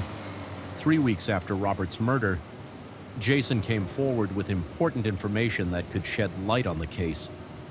He contacted the detective working on Robert's murder investigation and divulged details about a man named Jonathan Hearn. According to Jason, Jonathan was a firefighter and used to work with him. Jason revealed suspicions about Jonathan's relationship with Robert's wife, Sabrina Lehman. He informed the detective that Jonathan had called him and left a voicemail expressing remorse for Robert's passing. However, the content of the message was confounding. Jonathan never explicitly admitted involvement in the murder but expressed apologies for what had happened. Jason turned over more evidence to the police regarding Jonathan Hearn. This evidence was a letter written by Jonathan in which he repeatedly apologized for something. However, the letter failed to provide insight into what exactly Jonathan was apologizing for. Furthermore, Jason's wife, Kelly, shared her suspicions with the detectives. According to her, Jonathan had been spending a significant amount of time at Sabrina and Robert's home. Following Robert's murder, Kelly found this strange. The detectives began their investigation by looking into Jonathan Hearn's background. They discovered that in 2012, Sabrina, the victim's girlfriend, worked part-time at Costco. Coincidentally, Jonathan was a frequent shopper at this store. Sabrina and Jonathan struck up a conversation and a connection was formed. After exchanging phone numbers, they soon found themselves in a romantic relationship. However, Robert, unaware of the ongoing affair, stumbled upon intimate text messages on Sabrina's phone. This discovery shattered his trust in her. Sabrina assured Robert that she would end things with Jonathan, but that promise proved empty. As the detectives explored various leads, they discovered that Jonathan Hearn had access to a motorcycle. This discovery raised suspicions as the detectives believed that the suspect had used a motorcycle to carry out Robert's murder. Further investigation revealed that there was a Yamaha motorcycle registered to Jonathan. That information added fuel to the detectives' theory that Jonathan Hearn may have been involved in the murder. The evidence of the motorcycle and that Jonathan had been involved in a romantic relationship with Sabrina behind Robert's back made him a plausible suspect in a desperate attempt to gather more footage of the suspect. The detectives focused on pulling CCTV footage from businesses in the area. Their efforts paid off when they stumbled upon footage of the motorcycle driver pulling into a nearby Pilot gas station. The detectives found more footage of the suspect in the convenience store where they were able to see the suspect wearing a red bandana to conceal his face. However, with the helmet still on, they were unable to identify the suspect's features. Despite their suspicions, the detectives found themselves in a predicament without concrete evidence linking the motorcycle driver to Jonathan Hearn. They could not make an arrest. The lack of visual identification left the investigation at a standstill. However, the detectives remained convinced that Sabrina was involved in the murder. They knew that if their theory was correct, Sabrina's lover Jonathan was likely the culprit. Determined to catch them in the act, the detectives placed a wiretap on Sabrina's phone. Their hope was to intercept any incriminating conversations between Sabrina and Jonathan, providing the evidence they needed to bring justice to Robert's murder. So Sabrina and Jonathan spoke often, and their conversations were mainly centered around God and religion. However, there were moments when Jonathan delved deeper into his beliefs, reciting Psalm 51, also known as the Tale of David of Betha. This psalm, which delves into the consequences of adultery, caught the detectives' attention as they wondered whether their discussion had a deeper meaning. Determined to get Sabrina and Jonathan to open up, the detectives devised an ingenious plan. They called Sabrina and lied, telling her that the detectives had found DNA evidence at the scene linking the suspects to Robert's murder. This ploy was designed to provoke a reaction from Sabrina and Jonathan, hoping it would prompt them to discuss their involvement in the crime. As soon as the detective hung up the phone with Sabrina, they immediately listened in on the wiretap. Sabrina wasted no time in calling her lover Jonathan during the call. Sabrina and Jonathan never explicitly admitted to killing Robert. However, the detectives felt the conversation was telling. Neither of them seemed thrilled at the news of the DNA evidence, leading them to believe that they were hiding something. On November 18, 2014, detectives were granted search warrants for multiple locations related to Robert's murder. These searches were crucial in gathering evidence and piecing together the puzzle at one of the search locations. The home of Jonathan detectives stumbled upon a Yamaha motorcycle, a helmet, a red bandana, a backpack, and other items. That same day, the detectives arrested Jonathan and Sabrina following the arrests of Sabrina and Jonathan. Sabrina was taken to the police department for questioning during this 4-hour interview. Sabrina adamantly denied having any involvement in her husband's murder. She maintained her innocence and refused to implicate herself in any way. Despite the efforts of the detectives, no evidence could be found to connect Sabrina to the shooting. As a result, the detectives were left with no choice other than to release her on returning to Silver Lakes. Sabrina was met with an unexpected backlash from her neighbors. The community that once loved her and her husband's infamous parties now turned against her. Sabrina was subjected to harassment and threats, forcing her to pull her children out of school. The pressure became unbearable, and Sabrina made the decision to leave Silver Lakes behind. Seeking a fresh start, Sabrina relocated to Camaro, California on January 7, 2017. Sabrina was arrested for Robert's murder. The charges against her this time stuck, and the case finally went to trial. Jonathan emerged as the star witness for the prosecution. He testified that Sabrina had suggested divorcing Robert so that she could be with him. However, Robert made it clear that he loved her too much and would rather die than lose her. According to Jonathan, Sabrina then had the idea to plan and execute her husband's murder. According to Jonathan, the first time they attempted to murder Robert, Sabrina mixed arsenic into his banana pudding with vanilla wafers. However, the attempt was unsuccessful and Robert survived undeterred. Sabrina and Jonathan planned a second attack. She showed him images of the warehouse and the surrounding area, describing the layout. In great detail, Jonathan claimed Sabrina wanted him to know what to expect when he entered the warehouse to shoot Robert on August 17, 2017. Jonathan confessed to the jury that he made a trip to the following Sabrina's instructions. He arrived and confirmed the CCTV footage that showed a man with a limp entering. However, Jonathan admitted that he had faked the limp to throw off the police, hoping to divert attention away from himself. Once inside the warehouse, Jonathan confronted Robert. He admitted to shooting Robert. Following Sabrina's instructions to make the scene look like a robbery, Jonathan stated that he went into the office and made a mess before leaving the warehouse. Jonathan said he realized Robert was not dead. He was still breathing. Jonathan admitted he shot Robert a second time, this time in the head, after committing the murder. Jonathan fled the scene on his motorcycle, feeling a mixture of belief and guilt. He quickly made his way back home upon his return. Jonathan discovered that he had received numerous missed calls from Sabrina. Jonathan immediately called Sabrina back and confessed that he had carried out the murder as the trial progressed. The prosecution called Sabrina Lemon to the stand.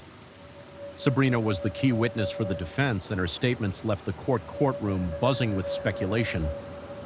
During her testimony, Sabrina said that she and Robert were on good terms at the time of his death, but she also testified that she had feelings for Jonathan Hearn.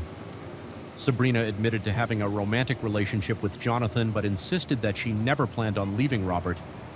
She claimed that she and Jonathan were merely exploring their options and exploring a future together while still committed to their respective marriages. However, the prosecution argued that Sabrina's actions did not all line with her claims. One of the key aspects of the prosecution's case was the belief that Sabrina may have murdered Robert for financial gain. They argued that Robert's life insurance money could provide the perfect motive. However, Sabrina denied the allegation, stating that any funds she received were placed in a savings account for their children's living expenses. She claimed that never intended to use the money for her own gain. Sabrina insisted that she had no prior knowledge or involvement. In his death, however, the prosecution presented evidence to the jury that showed Sabrina did not act like a grieving widow. After the shooting, they presented text messages that Sabrina and Jonathan exchanged, revealing their continued romantic relationship. In one text, Sabrina calls Jonathan a sexy guy and professes her love for him. Sabrina even wrote that she had a desire to kiss Jonathan all over nonstop after a lengthy trial. Sabrina Lemon was found guilty of 4 of the 6 counts against her, including first-degree murder, attempted murder, murder solicitation, and conspiracy to commit murder. Sabrina was acquitted of the charge of alleged poisoning. The guilty verdict brought a sense of relief to Robert's family and friends, who had eagerly awaited justice. However, the acquittal on the poisoning charge left some unanswered questions and speculation. In November 2017, Jonathan Hearn was sentenced to the terms of his plea deal. He pleaded guilty to the lesser charge of manslaughter and was given his 25-year, 4-month sentence. During the sentencing hearing, Jonathan expressed remorse and apologized to Robert's family and friends. Despite his involvement, he seemed to genuinely regret his actions and the impact they had on the lives of those involved. The judge sentenced Sabrina to 25 to life, plus an additional 16 months. Despite her conviction, Sabrina showed no remorse and filed an appeal with a new attorney. In Sabrina's appeal, she argued that her attorney should never have allowed her to testify. She claimed that her attorney's decision had compromised her defense and ultimately led to her conviction. Sabrina claimed that her attorney had failed to adequately prepare for the trial and failed to protect her interests. Sabrina's appeal went through the state courts, but ultimately her conviction was upheld. Frustrated, Sabrina decided to take her case to federal court. The case received significant attention, with legal experts and media outlets speculating about the possibility of her acquittal. However, in January 2023, Sabrina's case was again upheld in federal court. This ruling was a blow to Sabrina's hopes. Story 6 on the evening of December 25, 2009 in Manhattan, New York, Shel Denisi had just got done celebrating Christmas with her 2 kids the next couple of days. Shelley prepared to celebrate New Year's Eve with her family, but things took a sad turn when she was found dead in her bathtub at Dorchester Towers apartment building on the 31st of December 2009. The initial investigation found an accident to be the cause of Shelley's death, and the case was closed. However, a few facts about this apparent accident didn't sit well with some investigators, who decided to get to the bottom of why a young, ambitious woman was found dead in her home. A decade later, it would be discovered that Shelley didn't die by accidental death, but was murdered by someone who once claimed to love her. This is the case of Rod Coughlin, who got blinded by his greed and went to extreme lengths to access his wife's money. In 1998, 34-year-old Shelley Denisi was living in New York and pursuing her career in financial advising. Shell had a kind personality that was difficult to ignore and had the ability to instantly catch people's attention with her graceful aura. Another fact about Shell was that she was extremely ambitious too. She had studied marketing in college and started working in New York's financial sector.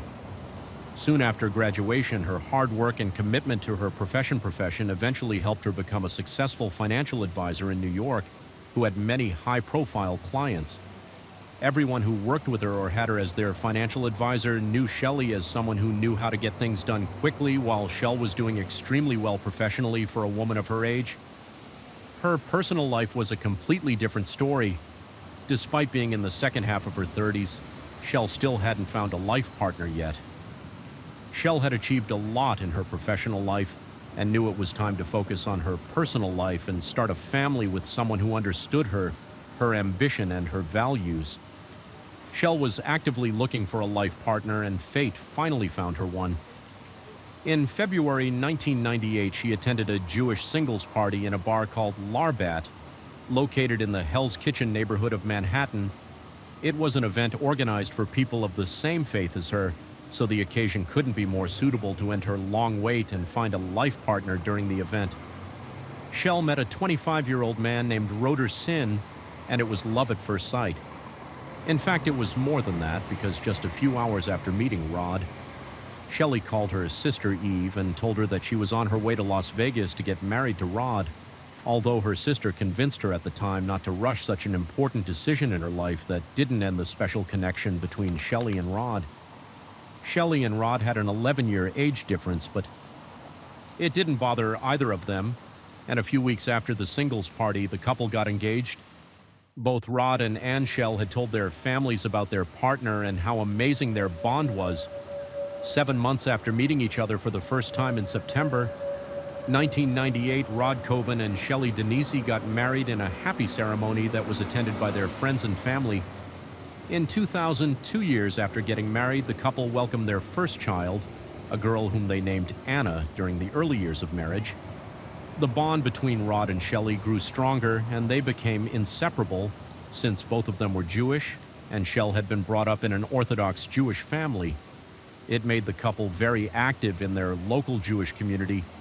Things went well for the first few years, but after that, differences started to arise, and both Rod and Shelley realized they didn't have as many things in common as they thought when they met and married in 1998. Shelley, being a hard-working woman, kept climbing the career ladder and became senior vice president for private wealth management at UBS. As for Roddick, he was completely opposite to his wife. He had initially tried to make a career as a stockbroker, but when he couldn't succeed, he decided to live off his wife's money. Shelley wanted her husband to be successful like her and even funded a couple of his ventures, but due to Rod's lack of interest, both the businesses failed. Having a husband who couldn't become as successful as her was still acceptable to Sheila because she loved him. But things started to change when Rod developed an obsessive passion for backgammon gambling. Rod won a few games initially and decided to earn money through it. He would go on days-long trips around the country to participate in different B-gam tournaments. When home, he would spend hours playing the game to get better at it. But that wasn't the only problem with time. Rod had also secretly started looking for women to date on different websites and social media platforms. He was so into it that he once contacted nearly 40 women on Facebook in a single day, most of which were the B-gammon players he had met during different tournaments. At this point, B-gam mattered more to Rod than anything and anyone, including his wife and daughter, to make things worse for Sheila. He had also started having sudden anger outbursts, which made his wife believe that he was bipolar. Sheila's bad time wasn't ending as she got pregnant with twins and lost both of them in a premature delivery. One baby died in the womb and the other died shortly after birth. The doctors told Sheila that she wouldn't be able to conceive again, but the couple wanted another child. So in 2006, Rod and Sheila resorted to an egg donor and welcomed a baby boy named Miles. To the family, Rod had slowly become so toxic that he frequently reminded Sheila that because of her, they had to use an egg donor to get their son, but he didn't stop there, and later even told their son that Sheila wasn't his biological mother. In 2008, exactly 10 years after they had met and married each other, Rod and Sheila's marriage was damaged. Beyond repair, things had gotten messed up to the point that Rod even asked his wife for an open marriage, which made an Orthodox Jew like Sheila disgusted, and she immediately rejected her husband's idea. But this didn't stop Rod from his streak of infidelity, and he joined J-Date, a Jewish dating website, under a fake name, James Early. Rod had become so toxic that he didn't even hide his affairs from his wife. By January 2009, Sheila was completely fed up with Rod, his anger issues, and his infidelity. She even told her sister Eve that she was scared this could lead to something bad for her and her children. In April 2009, Sheila decided to live separately to avoid issues with her husband from affecting her children. But Sheila didn't want the children to be separated from their father, so she leased an apartment across the hall in the same building and asked Rod to move in there. The couple tried to make the new arrangement work, but soon things got worse within a month when Rod forcefully moved his stuff back into Sheila's apartment by mid-May 2009. Sheila knew her marriage couldn't be saved and filed for divorce. This forced Rod to move back to the apartment across Ross the Hall, and things slowly started getting back to normal for the couple. Sheila now put her full focus into work and continued with her successful career. Since she and Rod had officially separated, she also started seeing other guys. She was once again a happy woman who was thriving in her personal and professional life. Sheila's progress didn't sit well with her ex-partner, who decided to make her life the living hell. It was in the later years of their marriage he put up spy cameras in the hallway and even installed spyware on her computer to monitor all her online activities. But he didn't stop there and tried to get Sheila fired by falsely complaining to her boss that she was using drugs and was also draining their joint account, when in reality Sheila used only $800 from the account compared to Rod, who had withdrawn $7,200. Since their separation, Rod's attempt to get Sheila fired from her job failed because her boss was already aware of the situation. Infuriated by this, Rod Coughlin decided to become even more evil. Having unrestricted access to Sheila's apartment, Rod took the kids from their mother's apartment on July 8, 2009, and didn't come back at 8 p.m. when he was supposed to return the children. Sheila tried contacting him, but he didn't respond to her calls or messages. Worried about her children's safety, Sheila decided to contact the police on the other hand. Rod hadn't taken the kids sightseeing or to a theme park, but rather took them to a Columbia Presbyterian hospital to report Sheila for sexual abuse. However, the doctors and the Administration for Child Services quickly saw through Rod's lies, and the kids were returned to Sheila around 5:30 a.m. the next morning. But this didn't stop Rod from claiming his false story was true. He filed a complaint about Sheila's made-up abuse in the NYPD's Special Victims Unit, but like the doctors and the AC's agents at the Columbia Presbyterian Hospital, detectives in the special unit also concluded that Rod was lying and the case was closed. This move, ALS, also backfired, and the family court judge who was hearing Rod and Sheila's divorce case limited his visitation privileges and allowed him to see his children only under a court's official supervision. The court also ordered Rod to pay $425 in child support to Sheila, and when he said he didn't have the money, he was forbidden to spend money on backgammon and gambling, which infuriated him even more. The anger soon turned into physical abuse when Rod choked Sheila and threatened her that he would kill her, scared for her and her children's lives. Sheila immediately got a protection order from the court. Up until this point, Rod was still a part of Sheila's will. But on December 29, 2009, Sheila decided to fully and permanently cut her ex-husband from her life and asked her estate attorney to remove Rod's name from her will on the 30th of December 2009. Sheila left the children with a babysitter and went on a date with someone she had recently met on J-Date.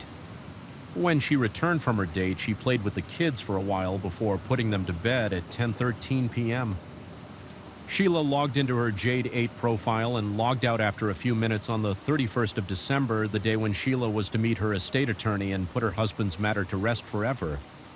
Her 9-year-old daughter Anna woke up at 7 a.m. and went to her mother's room to wake her up.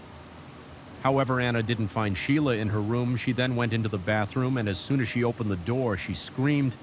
Sheila was lying face down in a pool of blood. Anna immediately called her father, Rod, who came running into their apartment. Rod removed Sheila from the tub, called 911, and performed CPR on her motionless body when the police reached Sheila's apartment. First responders were already there and informed the officers that the deceased was in the rear bathroom of the apartment. Soon the investigators also arrived at the scene. Rod told them that he believed Sheila accidentally slipped and hit her head on the bathtub while taking an early morning shower. He even showed the investigators a cabinet above the bathtub with its hinges partially pulled off. The investigators also thought that it was nothing more than an unfortunate accidental death. Anna, who found Sheila's dead body, and Rod, who was the first adult to come into contact with her body, were asked a few more questions before the officers concluded the investigation and informed Sheila's family of her death.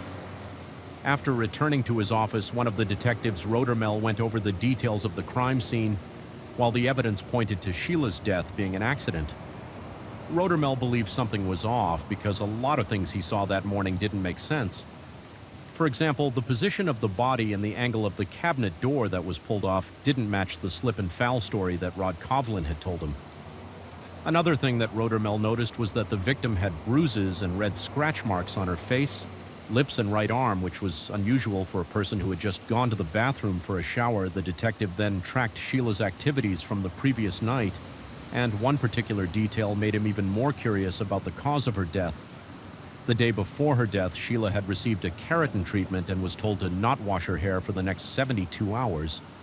It raised a question: why would Sheila decide to take a bath when she wasn't supposed to wash her hair for the next 3 days? Rod had also told the investigating officer that he had pulled Sheila's body out of the blood-stained water, but his shirt was without any stain. When he was sharing details of the incident, the detective Rodermel didn't do a full forensic search of the crime scene because he wanted to wait for Sheila's autopsy to be released first. Unfortunately, that didn't happen because Sheila Danny's ultra-Orthodox Jewish family was against it because of their religious beliefs. After this, Detective Rodermel couldn't do much in his investigation, and the case was officially closed. The news of Sheila's death had shocked everyone close to her. However, like Detective Rodermel, some of Sheila's family and friends were also suspicious about the cause of her death. Eve, her sister, revealed that Sheila didn't like taking baths and always preferred taking showers. One of Sheila's friends, Stephanie Goldman, also agreed with Eve's statement and had said that Sheila never even took a short bath.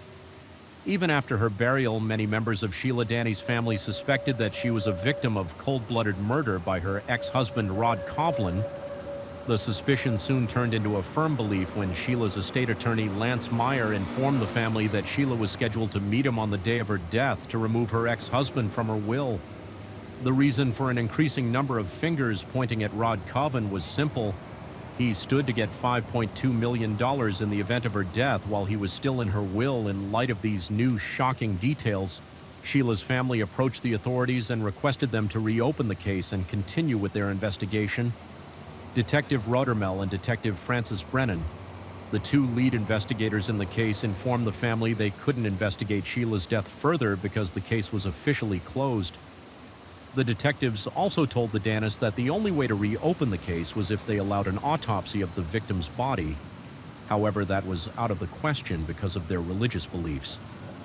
When the police refused to help them without an autopsy, the family took matters into their own hands and hired a private investigator, Michael Swain, to get to the bottom of Sheila's death and Rod Kinn's role in it. When Michael Swain visited Sheila's apartment, he noticed that the screws of the cabinet hinges had been pulled out by design, and someone like Sheila, who had a lean build, couldn't rip off the hinges. Even while falling, he also noticed that there was no bath towel in the bathroom, which was quite unusual because, according to Rod, Sheila had gone to the bathroom to take a bath. 2 months after Sheila's death, her family agreed for her autopsy to be carried out on the 1st of March 2010. The authorities got the order of exhumation from the court, and Sheila Danny's body was sent for an autopsy. When the autopsy report came back, it was found that Sheila's hyoid had been fractured, which was a common sign of strangulation in light of the new revelations in April 2010. Sheila's cause of death was changed from accident to homicide. However, the investigation team had to wait for 2 more months to get a search warrant for her apartment when it came to interviewing the people who had seen or interacted with the victim during her last few hours. Melissa Field, Sheila's friend, was the first person to be interviewed. Melissa told the investigators that she had met Sheila a few hours before her death and sensed something was wrong upon asking her friend about it. Sheila told her she felt her ex-husband was following her. When Sheila Danny's ex-husband Roderick Sins' turn for an interview came, he refused to cooperate with the authorities upon checking his emails and phone records from the 30th of December 2009. It was found that he was in contact with a woman named D.O. from North Carolina, married with 3 children. Deborah was a backgammon player. Rod had met during a tournament. They both had started an extramarital affair, and Deborah had even visited Rod in New York on the night of Sheila's murder. Rod and Deborah played backgammon until 1:03 a.m. before Rod had been stealing from the Children's College Fund, which resulted in violent arguments. Rod took a total of $84,000 from the Children's College Fund and spent it on trips with Deborah and participating in different backgammon tournaments due to his increasingly violent behavior. Rod's parents banished him and Deborah from their house, infuriated. He decided to kill his parents and get his children and Sheila's money back. He came up with a number of different murder plans. Initially, he thought of poisoning them by getting Anna and his daughter to mix the poison in their tea, but he soon dropped this plan and decided to sneak into the house through the basement window, kill both his parents, get his children, and set the house on fire. A couple of his plans also included Deborah, whom he had shared everything with, but she refused to become part of any such plan and asked Rod to drop those ideas too, while Rod was busy trying to find a foolproof plan to get rid of his parents. The police were looking at different aspects of the case to find credible evidence against him. When Rod realized he might be close to getting arrested, he tried to frame his daughter Anna for Sheila's murder. He drafted a false confession in Anna's email account, in which he had said she pushed her mother in the bathroom, which resulted in her death. According to the fake email on the night of Sheila's death, Anna had an argument with her because of her going on dates by 2014. Deborah had also become terrified of Rod, and the pair started growing distance. Rod eventually broke up with Deborah, which turned out to be a huge mistake because Deborah soon contacted the authorities and told everything she knew about Rod and her plans. Over the years, the police now had enough evidence against him, so Rod Coven was arrested on November 1st, 2015. The arrest was made just 2 months before the end of the 6-year wait imposed on him by the court, which would give him access to Shelley's $5.2 million. Besides her statements, Deborah also provided hard drives full of data from Rod's electronic devices that indicated that Rod killed his wife to gain custody of the children. As a result, Rod Coven was charged with second-degree murder in 2016, and his trial began in 2019. A 12-member jury heard testimonies at the Manhattan Supreme Court in New York. The prosecutors argued that Rod always wanted to get rid of Shelley. It was just a matter of when the prosecutors also argued that despite all the evidence against Rod Coven being circumstantial, he was the only person who had motive to kill Shelley. Denise Patricia Swenson, one of the key witnesses in Rod's former girlfriend, told the court that during a trip in August 2009, Rod got extremely angry when talking about his ex-wife. She also said that he repeatedly said during that trip he wanted to kill Shelley. As the trial progressed, more and more damning evidence against Rod was presented in front of the court. Despite his lawyer attempts to portray him as innocent, the conclusion of the 8-week-long trial saw the jury finding Rod Coven guilty of murdering his ex-wife Sheila Denise on April 10, 2019. The court sentenced Roderick Coven to 25 years to life imprisonment for murdering his ex-wife. Rod Coven later appealed the court's decision, but the appeal was rejected. He is currently serving his time in Attica Correctional Facility in New York as the rain gently falls and the night grows deeper. Thank you for joining me here at Mr. Sherlock Holmes. True crime stories remind us of life's mysteries and the importance of staying aware, even as we seek comfort in the quiet of the night. If you've enjoyed tonight's tale, don't forget to like, share, and subscribe. Let the rain carry you to a peaceful sleep, and until we meet again, stay safe, stay curious, and let the Night Watch watch over you.